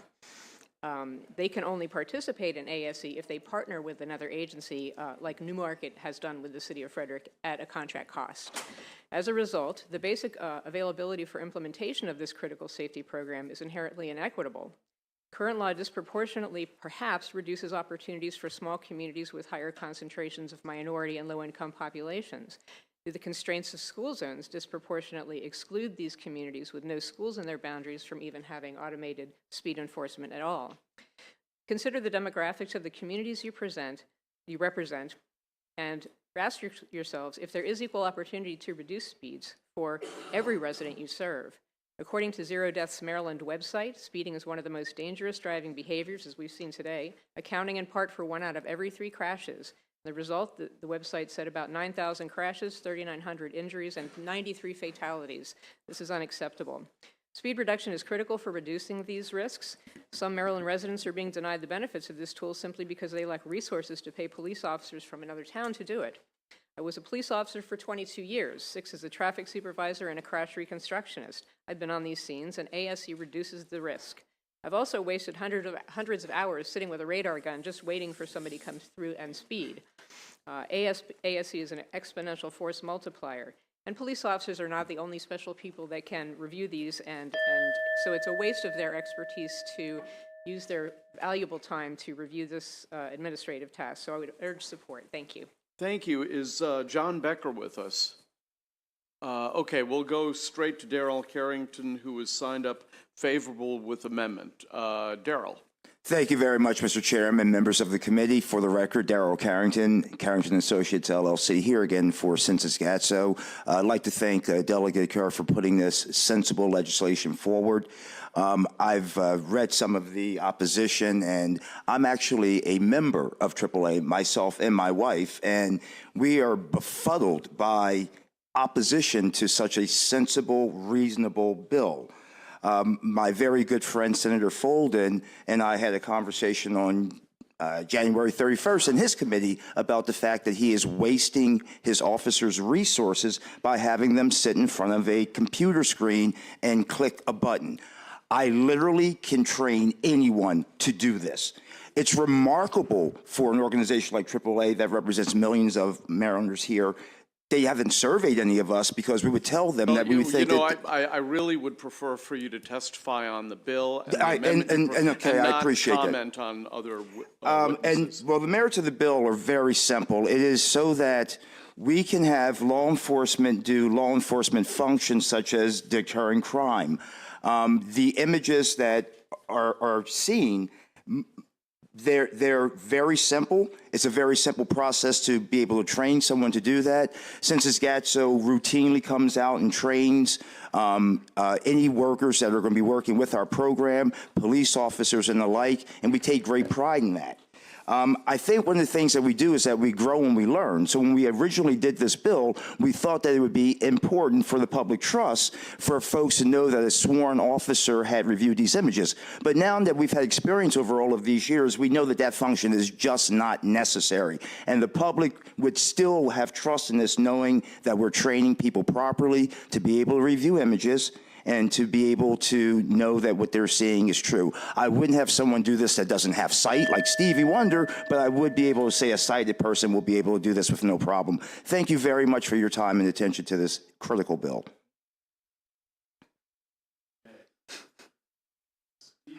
Okay.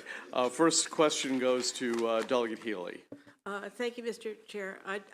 I was here when we first did this bill, and I remember all the discussion about all of these things, because at that time, people were concerned that, and it was very explicit, that they thought this was just going to be a revenue-enhancing operation for the municipalities or for the local governments.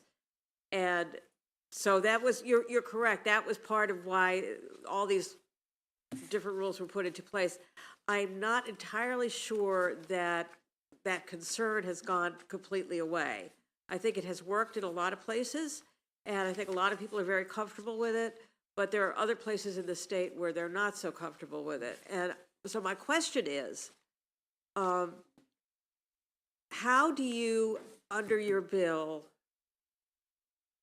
provide a safeguard that a municipal employee is not under pressure from their local government, if they're a government employee, to maximize the money that the municipality gets from these tickets, so that there would be undue stress on a person that's trained and works for them, but they need their job and it's a small town.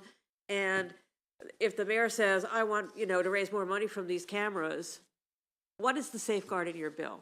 Is your question directed at me, Delegate? Yes, Delegate. I'm sorry, I should have said that. The violation is triggered by the artificial intelligence that's already in the speed monitoring system, and then it's reviewed by the contractor for the speed monitoring system before it ever gets to the county employee who would make a decision as to whether the citation should be issued. So it wouldn't even get to the civilian employee unless the camera and the contractor had determined that there was a potential violation. And the argument, I want you to give the arguments back so that we have, when we're discussing it with the opponents, if the citation is given under the scenario that you're talking about, one of the discussions that was in the past was that the contractor would be getting more money for more tickets. I think we took care of that in the law. I don't think that's the case, but I want to make sure that you have an answer for that.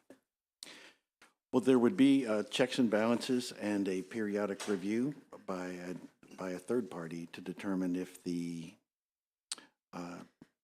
accuracy, there would be supervision of the civilian employee to determine, and constant retraining and calibration, most likely using past decisions. Very good. Thank you. Thank you, Mr. Chair. Delegate, thank you for bringing this bill forward. I was reviewing this and I just had a question. So would this require every municipality to now shift to this system, or is this just simply enabling for those who desire? Yes, Delegate, we view this as enabling legislation. So, for example, if a municipality has a police officer on light duty, this would be an appropriate assignment for that police officer. But able-bodied police officers would be able to go back out onto the street for other enforcement activities and leave this to a properly trained, credentialed civilian. Got it. Thank you, Mr. Chair. Thank you, Mr. Chairman. I recall I was not here in the legislature when when speed cameras were authorized, but I was on the county council when we did that. And a big piece of the approval, a big part of the bargain was that there would be a police officer reviewing these. So I guess going back to who you're saying is reviewing it, you said the contractor is reviewing it and the AI is reviewing it before. Are there police trained or police officers involved in the contractors, or what's the qualification of the people in the contractors? I don't specifically know about the training for the contractor, but I would, if I may address your first point about the police officer. When that was initially put in, I believe it was put in as a compromise, and as the use of these speed cameras has evolved, we now have greater data on their reliability, and we also, at the time when that provision was put in the original legislation, we didn't see that same level of vacancies within police forces. Okay, and then just one additional question. Do you, and you may have provided this, and I apologize if I just haven't read through all the testimony yet, but do we have any sense of how often they're overturned by an officer? I don't. Alderman Russell, do you have any data? I don't have that available now. My department is certainly willing and able to provide you with any kind of data you'd like to show the deployment, the increase, decrease, okay, et cetera. Well, I look forward to seeing that, and I'm just wondering if, do you know whether that's frequently, or, I mean, or you just couldn't characterize it at all at this point? Anecdotally, I'd say it's infrequently. There are several levels of review before it gets that officer. And if I also may just take the liberty to point out, this is a civil violation, much like a code enforcement violation or building code enforcement violation. Those are all signed off on by civilians, and their testimony, that's admissible in court. Okay, thank you. And just very quickly, Mr. Chairman, if I might add, great question, by the way. We do have, speaking for a vendor, we do have former law enforcement that work with us. However, for the folks that are reviewing the images, we train them to know specifically what they are, and they're not law enforcement. So it's really kind of interesting where we don't have law enforcement folks on the contractor side reviewing it, but then we force a sworn officer on the secondary review to be there. So it just doesn't match up. And just to address Delegate Healy's wonderful question, we can show you how revenues actually decline over the years, which is exactly what we wanted, because that means behavior change. That's what this is about. So thank you so very much. Thank you, Mr. Chairman. Question goes to the Vice Chair of the committee. Thank you, Mr. Chairman. And Delegate, I certainly understand the rationale behind this bill. Like Delegate Healy, I was here when the legislature first approved speed cameras. The whole issue blew up because a number of jurisdictions were issuing hundreds, if not thousands, of erroneous citations. So that we had to go back and recalibrate the speed camera program and put in safeguards, among which I believe this provision about having a law enforcement officer sign on was required. So I guess my question to you is, and in defense of AAA, because they play an integral part in all this work, one of their comments I think is apropos. They say, what training and expertise will a municipal employee possess that will qualify them to review? So I guess my question to you is, would you be amenable to considering at least some language that says what that will be besides just being designated by the municipality? I think that would be helpful, Vice Chairman. Thank you. Mr. Vice Chairman, if I might add, and right now, part of the contracts now between vendors and the municipality or the county includes an erroneous violation limit. So I believe the limit is 5%. So you could, if you have over 5% erroneous violations, your contract could be terminated with that municipality or government agency. Thank you, Mr. Vice Chair. Thank you, Mr. Chair. I'm not sure who would be the best to answer this question, so whoever wants to jump in.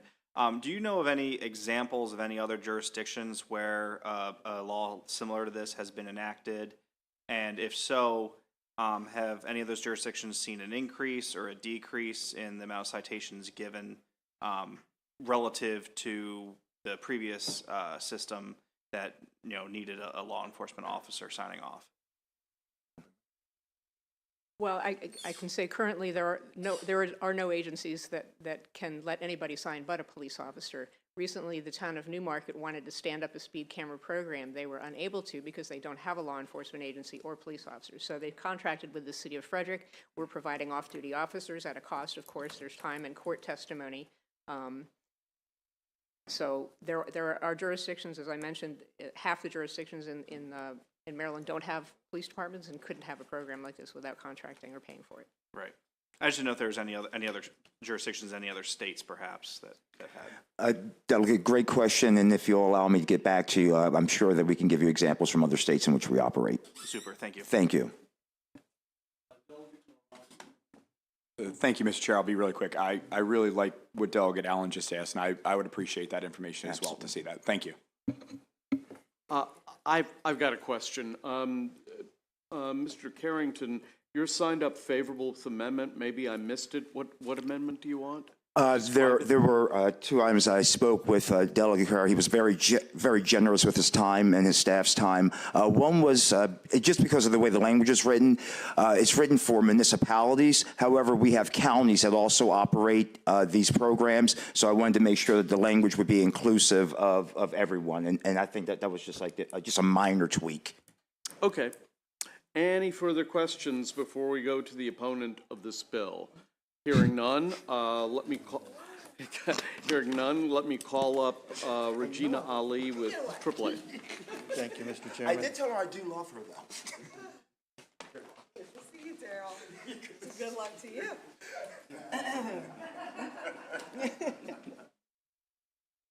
Oh, my.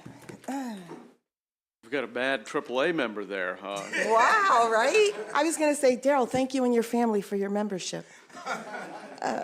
Good afternoon again, Mr. Chair. Regina Ali, AAA Mid-Atlantic, for the record. Full disclosure again, former police officer, a police family. My husband's a homicide detective in Baltimore City. So I certainly recognize the challenges that law enforcement officers face, not only in our state, but across the country. I recognize the shortages. We certainly recognize the multiple priorities. As has been stated already very well by members of this committee, when we first went with automated enforcement here in the state of Maryland, despite what Mr. Carrington may believe, many people still do not trust automated enforcement in this state. We have seen many problems with automated enforcement in this state, some regions, particularly in Baltimore as well.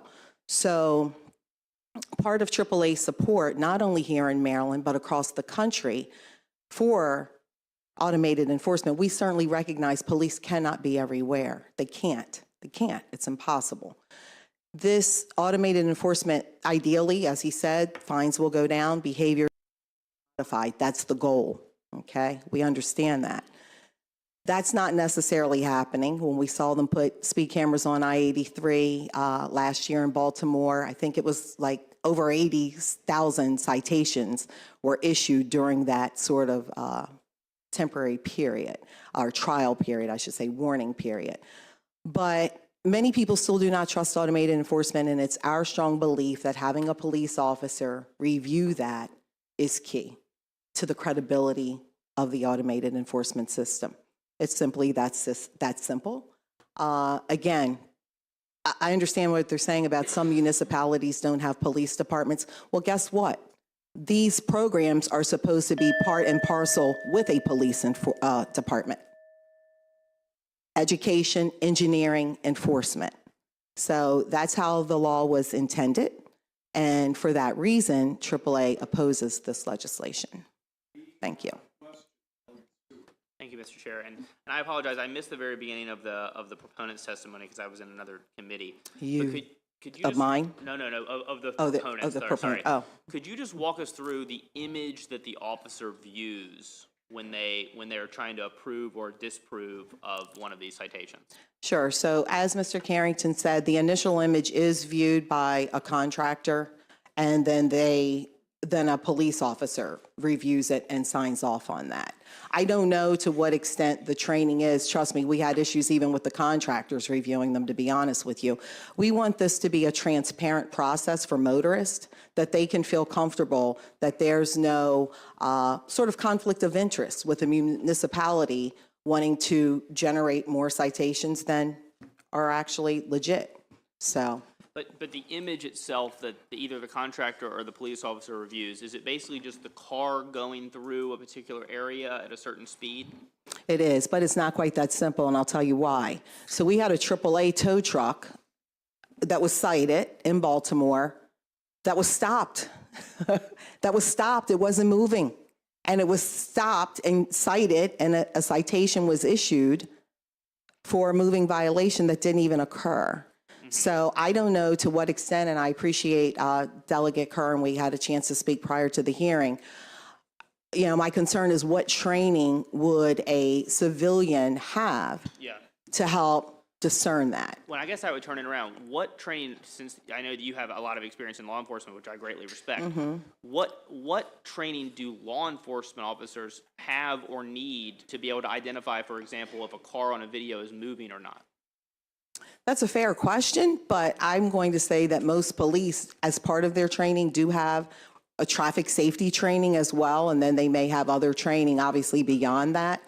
But again, for the credibility of the program, it is AAA's recommendation that a police officer certify those citations. And I totally respect the idea that the general public may have more respect for a program that a law enforcement officer signs off on. I'm just trying to get to, is that belief in the general public well-founded? Because it seems like, to me, it would be very, very easy to train a civilian to say, this car is moving, this car is not moving. This car is moving fast, this car is not moving fast. Am I wrong? I mean, I'm not saying you're wrong. I'm just saying that, again, and I understand a lot of things have changed in our society since this bill was initially passed, this law was initially passed, but I would have to understand what that training entailed.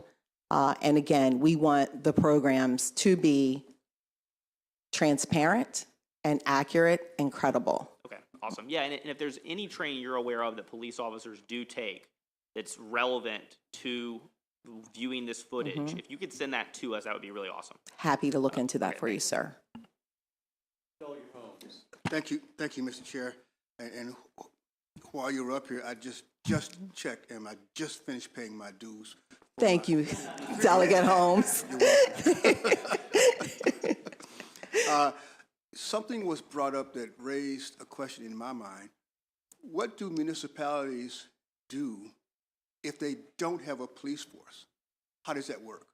And the reason I'm asking is I just don't know. Well, according to the other lady that was here as well, that they can't have them with that. It is supposed to be part of, recognizing that police can't be everywhere. Part of this whole automated enforcement system is supposed to have a police component, okay? That traffic safety component, the enforcement, the engineering. So that was all part of it. So it's my understanding that, as she said, if the municipalities don't have a police department, they may in fact partner with perhaps an adjacent jurisdiction that does. And again, I can't stress enough that at AAA we don't recognize, because we do, the very how far stretched police officers are. We recognize that. It's a busy profession, and it's not getting any less busy. That being said, being here on behalf of motorists who have concerns about automated enforcement still, okay?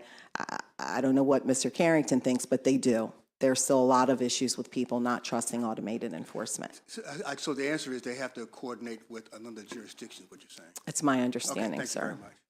Yeah, I have really more of a comment than a question. In my experience, since being the chair of this committee, I have found that a lot of the instances when automated enforcement doesn't work, it's failing not because of the police officers making a mistake on the camera. They're not working for two broad reasons of dysfunction. Either number one, the machines aren't properly calibrated and they register a stationary vehicle as moving, as the instance that you had, or number two, the local government is just violating the law. In the instance of Baltimore City and the cameras, they basically deliberately violated the law, and the members of this committee and the chair of the Transportation Motor Vehicle Subcommittee and I got on the phone and made them abide by the law as this committee and this legislature had written it.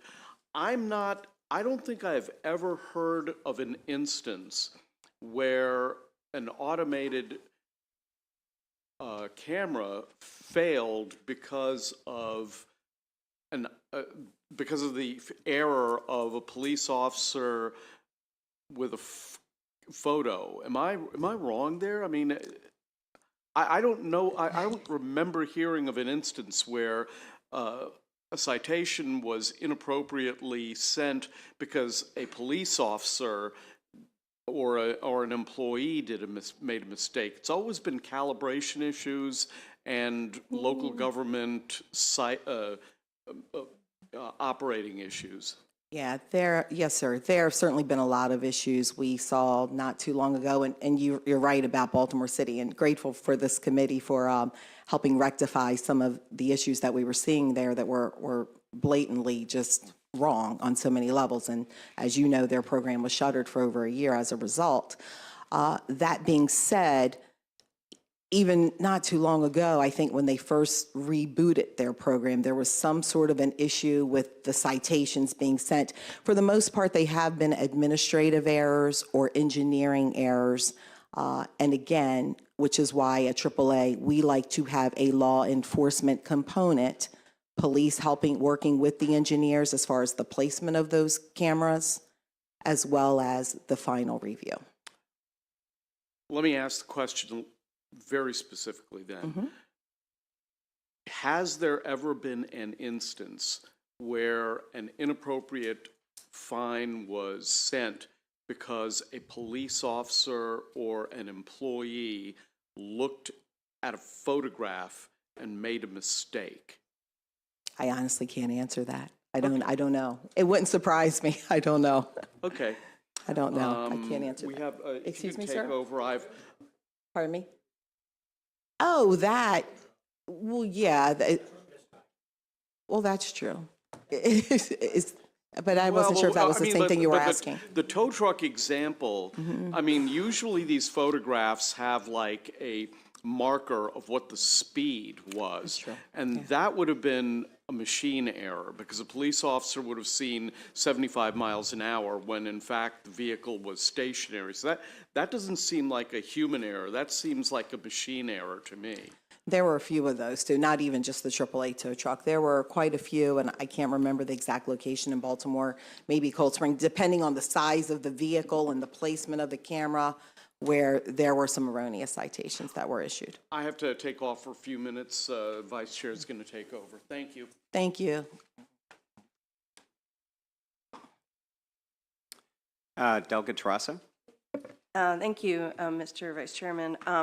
Just following up on Delegate Holmes's question, and you might not be the right person to ask this question of, but if a municipality doesn't have a police force, they must be under the jurisdiction of somebody else, like the county must have. I mean, it can't be that that they don't have any public safety because they can't afford to have a police department. So I'm assuming they operate under somebody's jurisdiction, and I'm seeing nods from behind you. So every area, as far as I know, has a police force. It just may not be operated by and I'm seeing nods from the audience on that. So I guess you're the wrong person to ask. This is really, Probably. Oh, great, thank you. Okay, thank you. That ends the bill hearing for House Bill 139. Thank you, Delegate Stein. Thank you. Next, we'll go to House Bill 250. Delegate Griffith.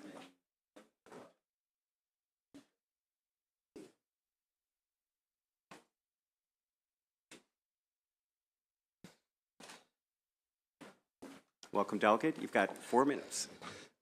Thank you, Mr. Vice Chair. Thank you, Committee, for the opportunity. We'll try to be brief and get you all back on track. It's been a long day. So, for the record, my name is Delegate Mike Griffith, and I'm here to present HB 250, Vehicle Laws, Disabled Veteran Registration Plates.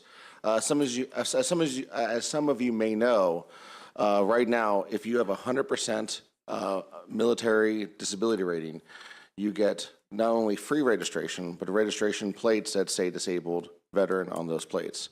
Those are valuable not just because of the free benefit to veterans, but also it allows folks in the community, law enforcement, things of that nature, to recognize that you're a disabled veteran. And disabled veteran status could be for anything from a physical disability to unseen disabilities like PTSD, and sometimes situations where a traffic stop could trigger someone's PTSD, and it's important for law enforcement and others to understand that. So what this bill seeks to do, it seeks to extend that privilege of the disabled veteran plate to individuals with a 50% disability rating or higher. Right now, there are 17,000 folks who have these plates in Maryland. There's an additional 41,000 folks in Maryland who would then qualify for these plates. But we do understand the physical nature of this, and so what we're requesting as part of this bill is to only extend the privilege of the plates to 50 to 99%, and not the free registration to those individuals, because we do understand the physical impact of doing that would be significant. We just want to make sure folks who have this rating would then have the privilege of having these plates, not only to honor their service and that rating, but also let folks in the community know that they have that rating. And again, to get that 50% threshold, it could be a simple combination of PTSD and a physical injury, pure PTSD. There's a variety of ways to reach that 50% threshold. But unfortunately, with the 100% threshold we have now, there are a lot of folks who we feel deserve these plates, who are being a little bit left behind, and we want to make sure we take care of those folks as well. So with that, I would request a fair report on HB 250. Thank you. Mr. Brown? Good afternoon, Vice Chair Stein and members of the committee. It's an honor to be here today. My name is Bob Brown. I'm an Army veteran with 23 years of service and past chair of the Harford County Commission on Veterans Affairs. I'm also a life member of the Disabled American Veterans. Post-military retirement, I worked for the U.S. Department of Veterans Affairs for 15 years. I now serve on the Maryland Governor's Challenge Suicide Prevention Work Group. I'm not speaking for these organizations, but because of these work and volunteer opportunities I've had the pleasure to work alongside, listen to, and help veterans with mental health and other disability challenges. The reason for the requested change in the DV plate threshold to 50% is safety.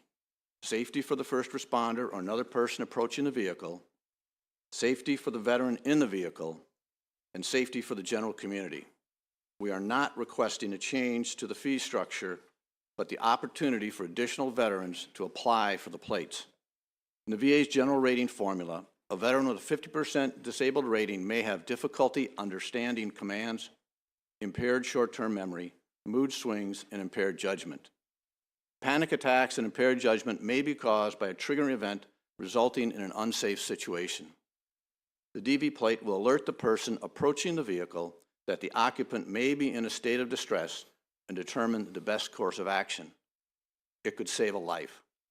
There are other states such as Kansas, New Mexico, and Texas that already have instituted the 50% threshold for veteran disabled plates. To conclude, House Bill 250 is all about safety and the protection of our disabled veterans and community. I respectfully urge you to provide a favorable report to House Bill 250. Thank you. Thank you very much. Is Mr. Moses here? Welcome.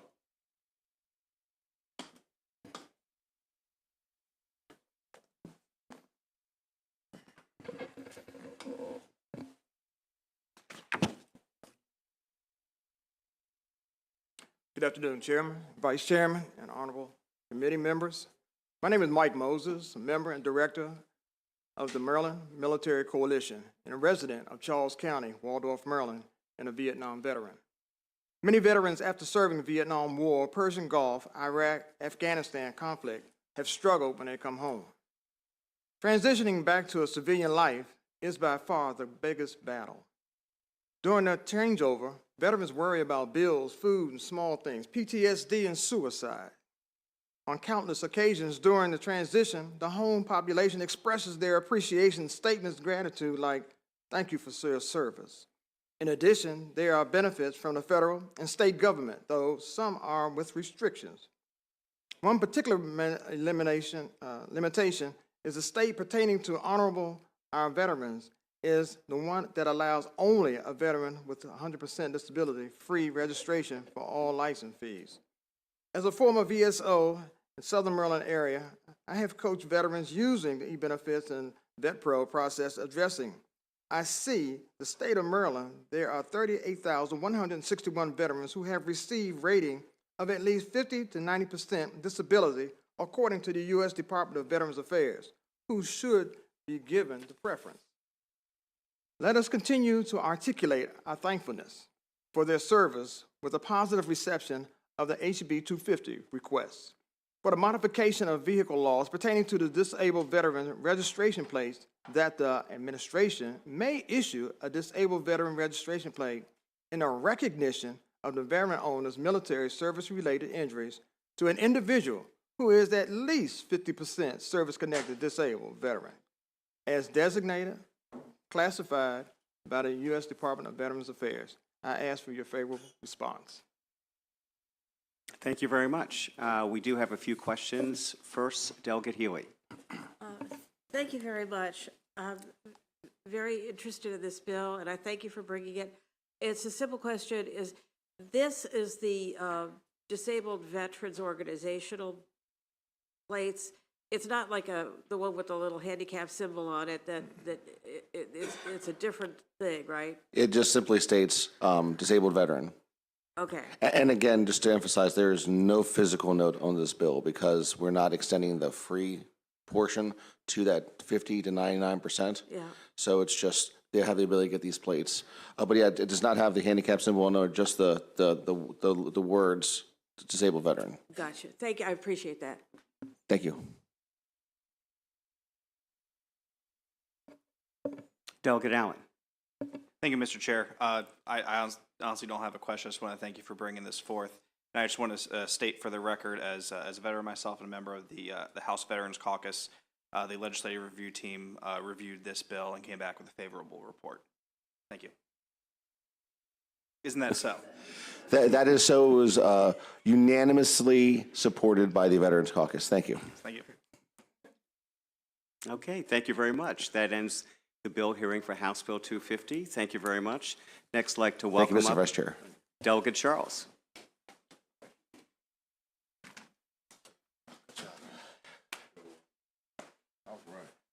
And Delegate, you have 4 minutes. I'm gonna try to get done sooner because we do have a pretty lengthy panel, folks. All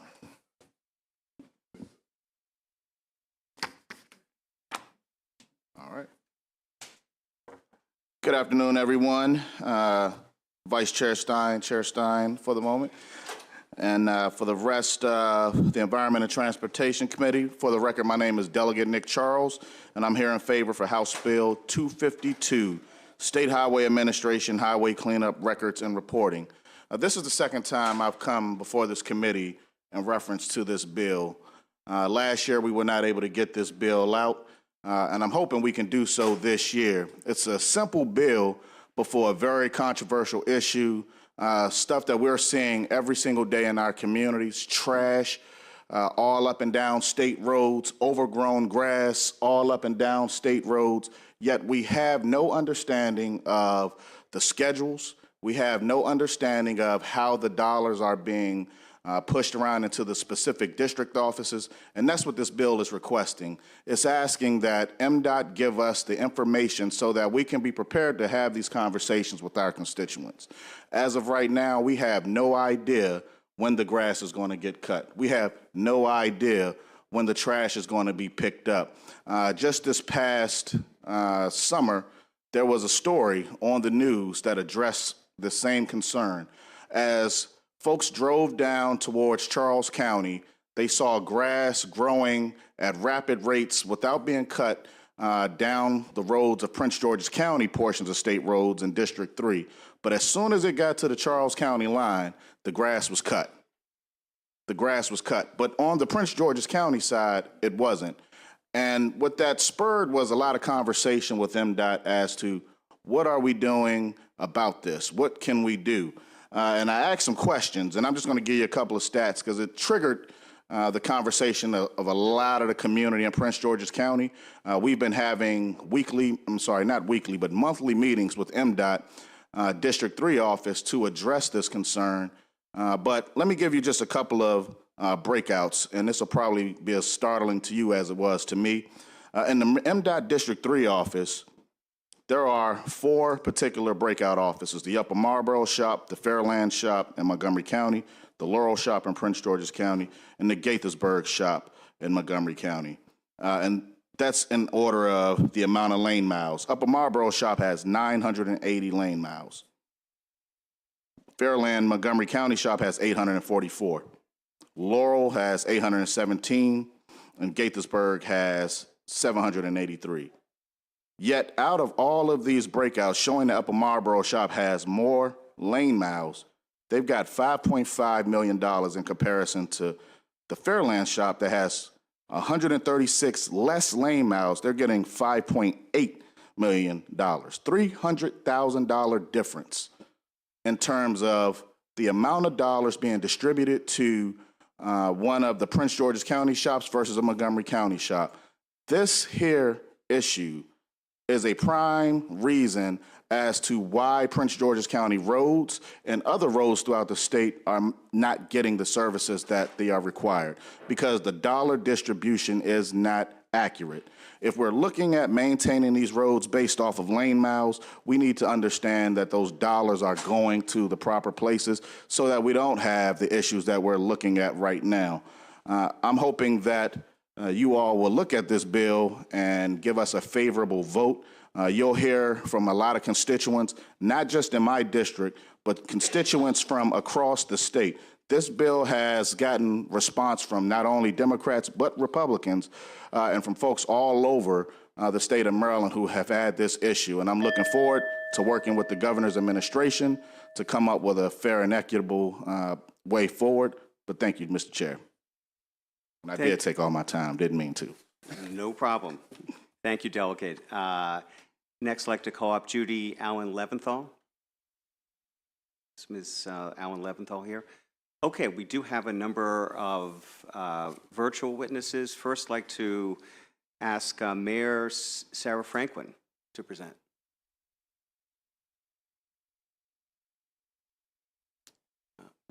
Hello, I'm sorry. Hello. Hello, can you hear me? Can you hear me? Yes, we can. Okay, thank you. Good afternoon, and thank you for having me. I appreciate the opportunity to address you. In Upper Marlboro, we are in favor of House Bill 252. This bill would increase transparency in SHA operations. It would provide useful data for determining the allocation of state resources, and it would ensure, or at least provide accountability to ensure, that cleanup resources are equitably distributed throughout the state. I don't know about you, but I raise my eyebrows when I'm driving around the state and I notice a change in the cleanliness on the roadside when I cross a county border, especially when I leave my own county, and I am Prince George's proud to call that my home. This year, Prince George's County, the crown jewel of Maryland, was home to the Washington International Horse Show. This is an Olympic qualifying event that brought $10 million to the state. It also brought folks from all around the state, country, and around the world to Upper Marlboro and Prince George's County. I will tell you that our local SHA team was great about helping us get our roadways cleaned up between the Hospitality Center and National Harbor and around the event location of the town of Upper Marlboro. But they do need more resources. While we appreciate the help getting that route cleaned up to welcome our prestigious visitors, we also live here. The residents of every county and town in the state deserve an equitable level of cleaning resources put towards their homes. Residents should not feel like their county is not cared for by the state when they drive into another. This boils down to having adequate and equitable funding resources. House Bill 252 will help ensure accountability, transparency, and equity, things we all should support as elected officials. I hope you will vote yes on this bill to help ensure that my home and your home are equally clean and beautiful. Thank you for your time. Thank you, Mayor. Next is Belinda Queen.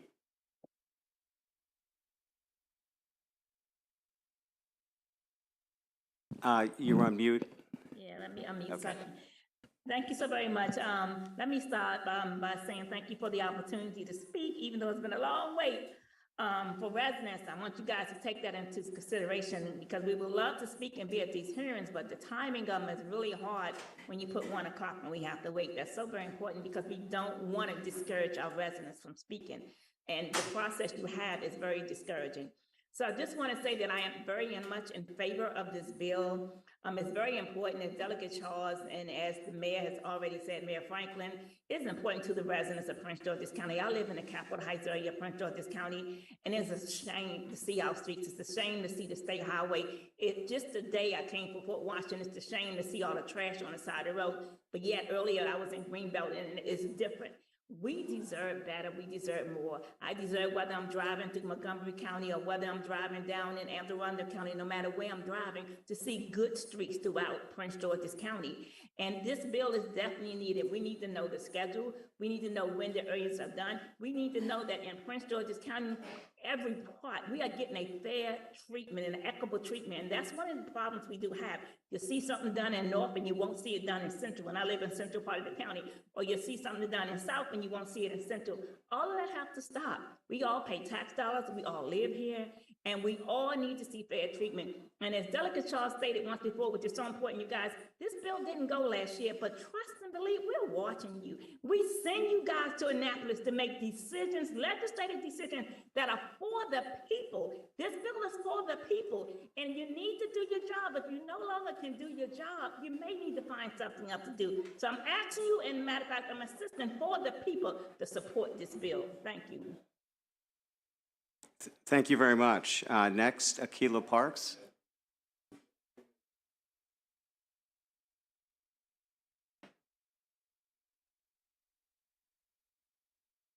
Okay, Benet Hawkins. Good afternoon. I am Benet Hawkins, born, raised, educated, currently a resident of Prince George's County and a 7-year retired Prince George's County Public School educator. I am highly in favor of House Bill 0252 as proposed by Delegate Nick Charles and the Environment and Transportation Committee, and I urge its passing. The trash and blight of late in Prince George's County is a horror show that gets worse and worse each and every day on our state-maintained roads, ramps, and highways. There's a visual evidence of trash, debris, litter, guardrails that are beaten and battered and bruised and looks like they haven't been repaired or replaced in 10 or 20 years. Poorly paved roads, some due to utility companies coming in, doing their work, tearing up our roads and leaving them worse than when they started the work. There's overgrown brush, there's weeds growing out of concrete, there are fallen trees that are almost coming over onto the roadways. Advertising signs, not 1 or 2, but at any intersection, you might see 15 to 25 advertising signs. Even signs pasted on the back of state-maintained highway road signs. Campaign signs. We're 5 months after the election and there's still campaign signs up. A stretch of the road that the Highway Administration monitors, they have one of their signs out, no trespassing. But every weekend, there's tractor trailers parked on that roadway. There's no enforcement. I was told yesterday the road cleanups on a 4 to 6 week cycle. Can you believe that? What about your trash at your home being on a 4 to 6 week pickup? I'm sorry, I cannot. And I know I deserve better. I know all the citizens of Prince George's County deserve better. And I encourage you to pass this bill. Thank you so much for this time. Thank you very much. Terry Nuruddin. Hello, good day. I support House Bill 252 because we need a clean county, a clean state. It is true as taxpayers, we do pay our roads to be properly maintained. More importantly, as humans, we enjoy our home state tracks being safe and visually pleasing. It is good for the spirit, the mind, and an excellent mores for our young minds to breathe in. Since August 22, I have attended the MDOT meetings hosted by Delegate Charles and attended by MDOT personnel. The MDOT folks are respectful and helpful in explaining the state maintenance process, which indicates we need better accountability and more money for our county in terms of being able to take care of the amount of lane traffic. And I bear witness to a cleaner and more maintained Route 214 in my area since we have began these discussions. We need House Bill 252 for our state young folk. We need our current, but more importantly, our future citizens to know responsibility and care for where they live, and to show that by keeping the environment safe, clean, and beautiful. On behalf of my family and my community, I respectfully request a favorable review of House Bill 252. Thank you. Thank you very much. We have a question from Delegate Long. Thank you, Mr. Chair. First, not really a question, but I want to just ask you, Delegate Charles, you know, I support this bill. It's a great bill, and I'm a proud Prince Georgian to see so many from our county speaking up on this important issue. So isn't it true that we, as Prince George's County residents, are sharing a district with Montgomery County? That is correct. So the district shops are broken down I'm not sure the total amount off the top of my head, but for District 3, we are inclusive of Prince George's and Montgomery County. And each one of the counties has 2 shops. Prince George's has the Upper Marlboro and the Laurel shop, and Montgomery County has the Fairland and Gaithersburg shop. Thank you. Mr. Vice Chair, if I may, just one last point. So basically 2 counties with a population of over 1 million people are sharing and compiled within one district juxtaposed to other districts that have less population than. Yeah, that is exactly true. So it's actually about 2 million. So Montgomery County, I believe, is a little over 1 million people in population, and Prince George's County is the second largest populated county in the state, just a little under 1 million. And my last point, I'm sorry, I know that within the previous administration, it may have been unique to work with the secretaries and the various staff. Have you had any success in reaching out presently just to come to a consensus? We have. We've been talking directly with the governor's staff. They provided a letter of information for this bill. They're not against the bill, just a letter of information was provided. But we're working together on this. We've made sure this has been brought up in the Appropriations Committee as well in terms of addressing the budgetary issues. But in terms of this piece here, even though we have the relationship with the governor's office, I think it's critical that we put this information out for transparency purposes that helps all of our constituents. Thank you. Again, great bill. Thank you, Mr. Vice Chair.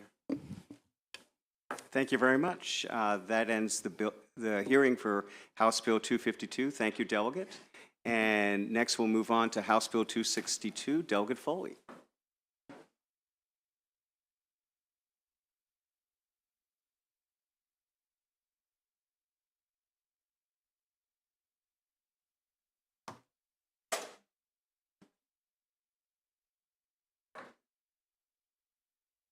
I'll use this one. Thank you, Mr. Chair. I am, for the record, I'm Delegate Linda Foley, and I'm presenting HB 262, which would allow a police department to notify the secured party lien holders of an abandoned vehicle electronically if the electronic notification is agreed to by the police department, the towing company, and the secured party. This is a simple and straightforward bill, similar to a bill passed into law last year, which enabled towers who tow or remove a vehicle from a parking lot to electronically notify individuals rather than having to do it in written form. HB 262 simply extends this provision to police department tows of abandoned vehicles, which in most cases are handled by towing companies.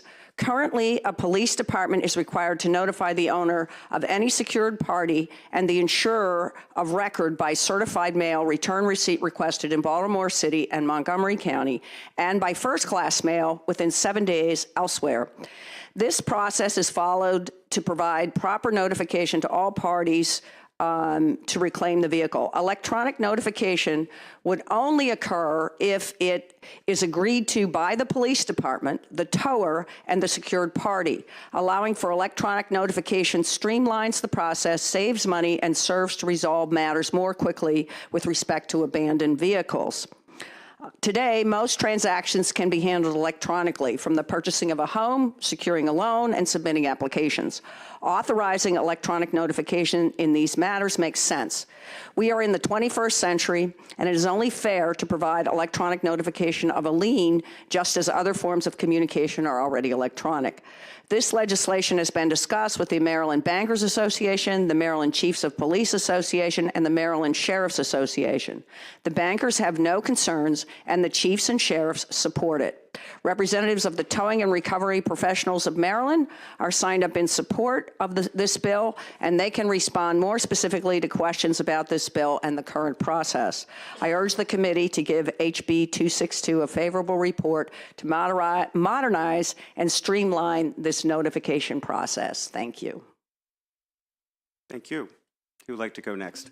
Yes, I'll go next. Thank you. Mr. Chairman, members of the committee, Andrea Mansfield with Manus Canning and Associates, here representing the Towing and Recovery Professionals of Maryland. And actually, I will say I don't think there's really much I can add besides what Delegate Foley has already stated. We do think it's a fairly simple bill, streamlines the process. And I'll just add, you should have a statement in your folder as well from the police chiefs and the sheriffs in support of the legislation too. And happy to answer any questions. Okay, thank you. Mr. Parrish? Charles Parrish, a legislative co-chairman for the Towing Recovery Professionals of Maryland. I'm also a business owner for towing company in Baltimore City, Baltimore County, Howard County, and Carroll County, and newly Hartford County. And I also attended the Led Zeppelin concert in May of 1977 at the Capitol Center. It was a 4-day concert. I think I went to the second, I'm not sure. This bill actually, and Delegate Foley did a great job last year getting it too, what it does is it streamlines when we get these vehicles to the bankers, which at this time was the initial goal. It saves a lot of money and it frees up space in our lots. But the biggest thing is for the bankers, and prime example, and I'm sure we've all gotten bills 3, 4, 5 months after the due date in the mail. I'm still getting certified letters that were delivered 6 to 7 months after the fact. And then the bill is getting enormous because there's a daily storage fees, and then we're asked to work with the finance companies, insurance companies, and so forth. By using the system since last year, what was taking 45, to some cases, like I said, longer, but a minimum of 45 days, bankers are now receiving notice 3 to 7 days and picking up that vehicle 8 to 9 days, which is freeing up space for us and getting it back into the hands of who we want to give the cars to. We don't impound the cars to keep them. There's no value for us for that. Our job is to get the car off the highways or off the private properties and get them back to the owner, whoever that may be. So, and also, great job, Delegate, me too, on everything you said. Thank you. Okay, thank you. We have a question from Delegate Love.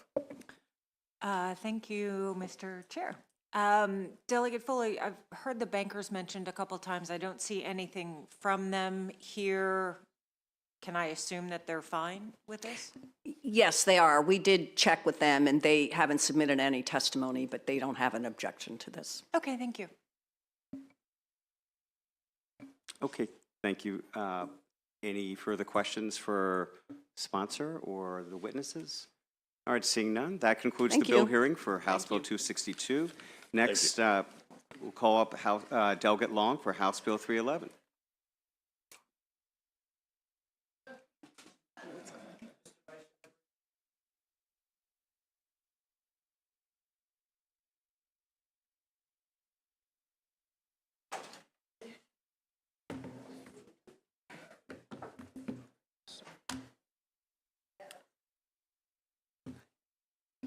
I am back for round two, my second bill in a week in my committee. So thank you, Mr. Vice Chair, and fellow members of the committee. So I am here today on behalf of HB 311, which would just simply rename, this says designate the Fallen Heroes Fishing Creek Bridge, which is in a municipality in my district, in District 27B.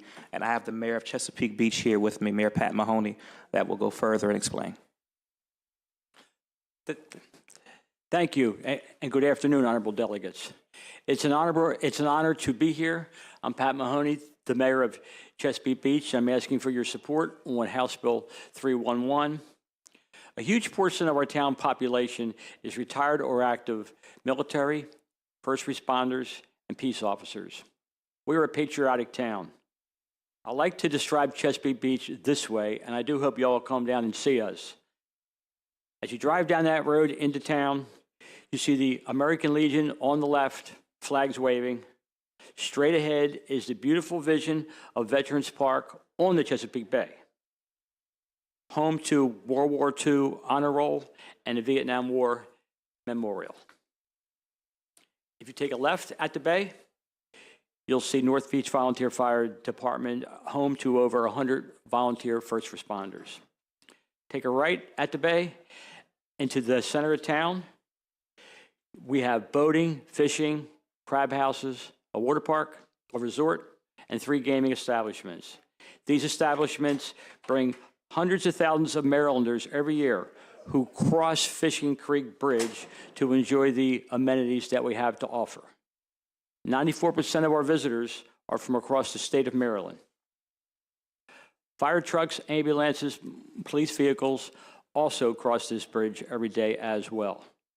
But those men and women inside are not here to enjoy the amenities of the town. Their job is to protect Marylanders, even if it puts their own lives at risk. So please join us in our effort to pay tribute to these heroes and the many fallen heroes that we've had who made the ultimate sacrifice. Thank you very much. Thank you, Mr. Vice Chair. I might also add, this is a cross-file with Senate Bill, our state senator for this district, Senator Michael A. Jackson. Thank you. Thank you. We have a question from Delegate Jacobs. Thank you, Mr. Chairman. Good afternoon, Mayor. Good to have you with us. Good afternoon, Mr. Delegate. Have you talked with SHA at all about this process? Yes, we've received a letter from SHA which basically said they have no problem with it and you're going through the correct process. All right, thank you. Delegate, if I may jump in, yes, so I'm aware of the letter of information. That is a separate process referencing a whole different entity. But however, when it comes to the renaming, we want to make sure this is designated. For example, in Calvert, there is Solomon's Island Road that is on Route 2, but has been renamed the Harriet Elizabeth Brown Parkway. And so this is what we'll simply do. Designate this as the Fallen Heroes Bridge, Fishing Creek Bridge. Thank you very much. Thank you. If you don't mind, I'd like to tell you how this started, if you will, if you have a few Just seconds. if you could address it quickly, sure. Sure. In 2018, Rescue Captain Pat Osborne was a line of death duty crossing that bridge while on a call. And the bridge was being rebuilt at the time. And this is when we had the idea. It finished in 2019, and we were all prepared to come forth with this then, but then the pandemic hit. So, and we also, right before that, we had Army Staff Sergeant Christopher Swanson. He was a beach kid. He was killed in action at the age of 25 on July 22nd of 2006 on his third tour of duty in Iraq. So in a short period of time, we've had two basically line of duty deaths. And this is very important to us to have this bridge, renamed after those folks and all the folks who've given their lives. So thank you for letting me put that in the record. I really do appreciate that. Thank you, Mr. Vice Chair. Thank you. That ends the bill hearing for House Bill 311. Next, we'll thank you very much, Delegate. And next, we'll welcome back Delegate Fraser Hidalgo for House Bill 312. Welcome, 007.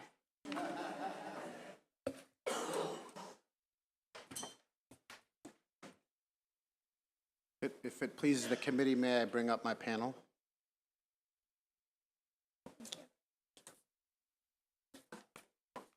Members of the committee, thank you so much for allowing me to come here one more time. I think we might have one or two more. Just one or two more and then we're done. Sorry.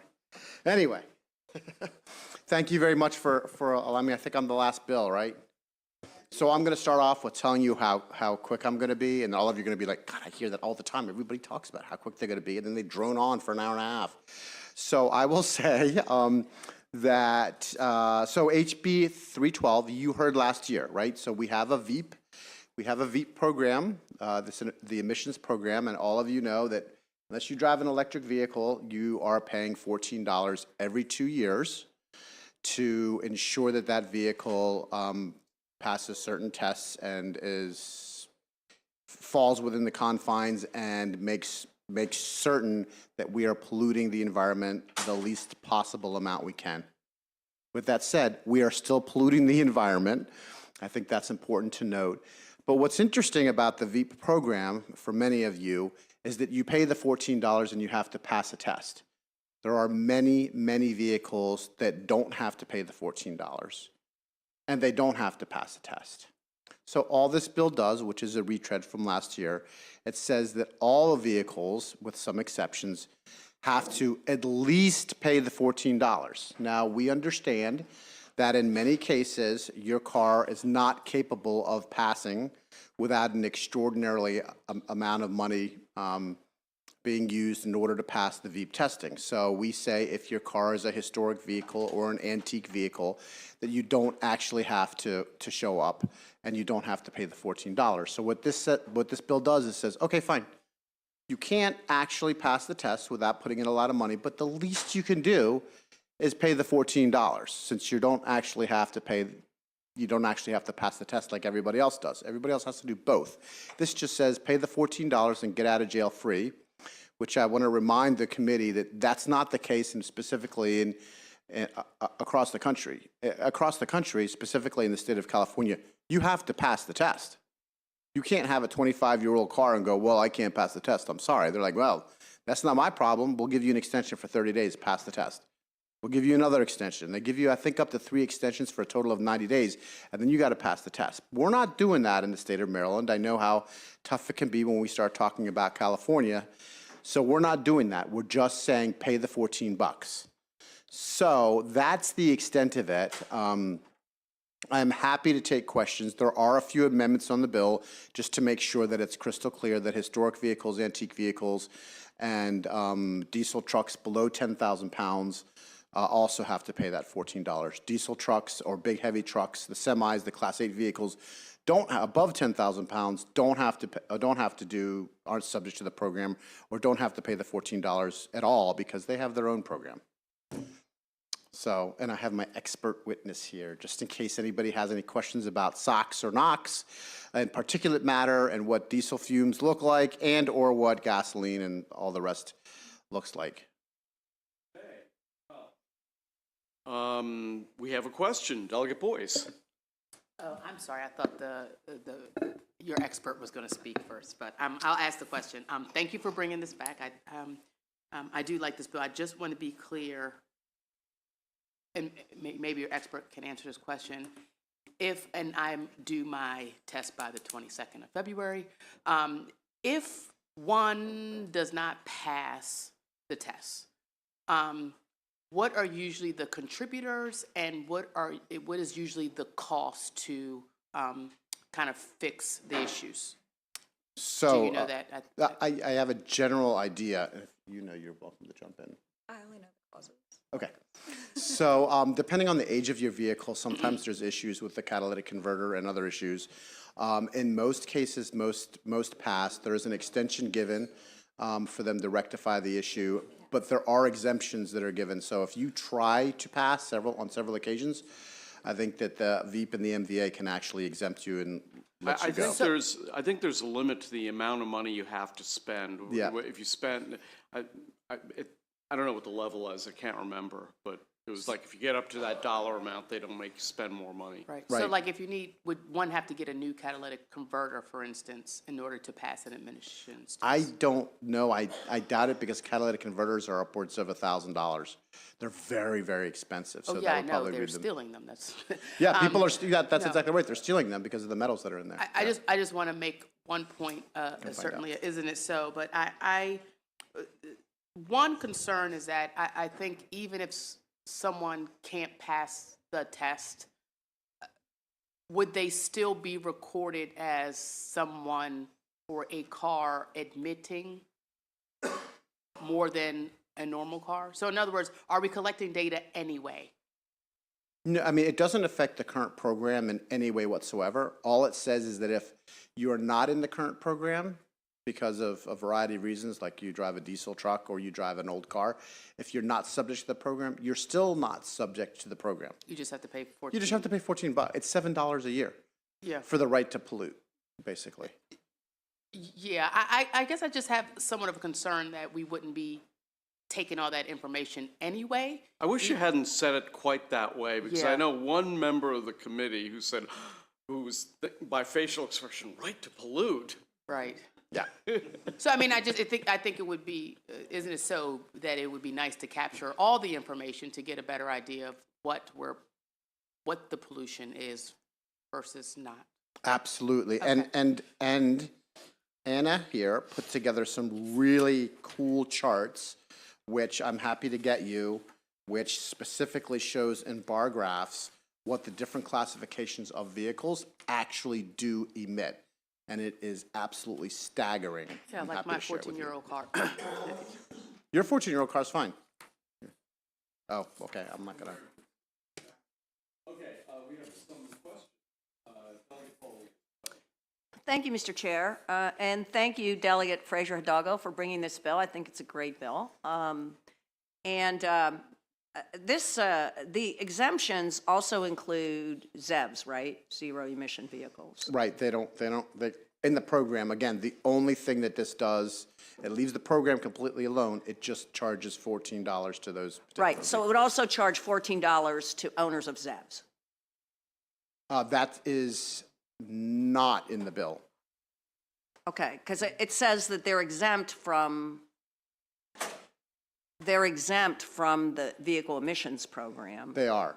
And so would owners of ZEVs have to pay the $14? I guess that's another. No. No. So No. it's. Because they've spent the money to not, I mean, think about it's a zero emission vehicle, right? So they've already spent the money to not pollute. Okay, thank you. So there's nothing in a ZEV to test. No, I understand, and that's why they're exempt. Right, Yeah. Okay, so they would not be subject to the $14 fee. right. Okay, thank you.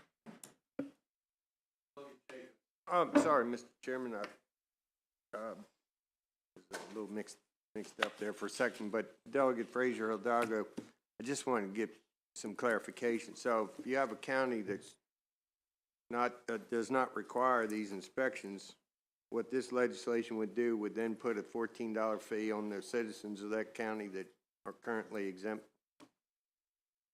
That is a good question. I'd have to double check, but that would probably be the intent. Yeah. I mean, that's sort of what I'm reading. I just Right. I want to verify if that's what the intent of this is to pick up those that are exempt.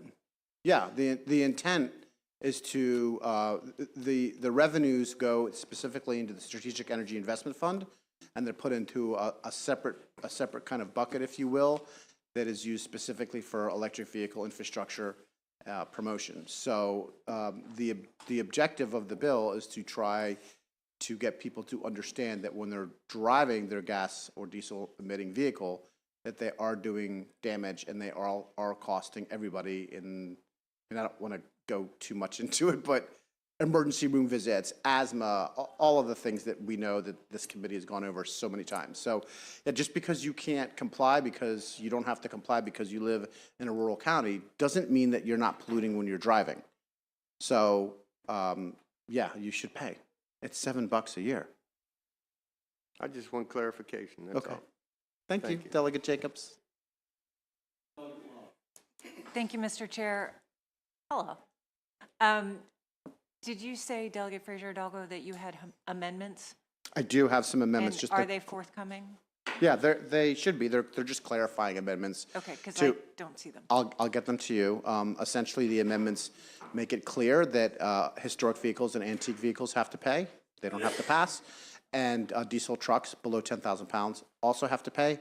They don't have to pass. They just have to pay. Okay, and then what about emergency vehicles? They're opted out, They're opted out. right? I would like to have them opt in, but the simple fact of the matter is they're just not enough alternatives for them at this moment in time. So, So what do you mean they're opted out? in other words, they don't have to pay. Okay, because the fiscal note says they do. That may have been a mistake from last year. I can double check because last year in the bill, we had them in. Okay. This Could year, you- they're out, but I will get you the amendments. Great, to thank make you it so clear. much. Thank you. Let me just make an announcement. The clerk's office has people in the back room there. If you need to drop bills in the hopper has come to you. Do you see what we do to make your lives easy? Okay, Delegate Healy has a... I'm sorry, I gotta go take care of my phone. Okay. Okay, well, it looks like you,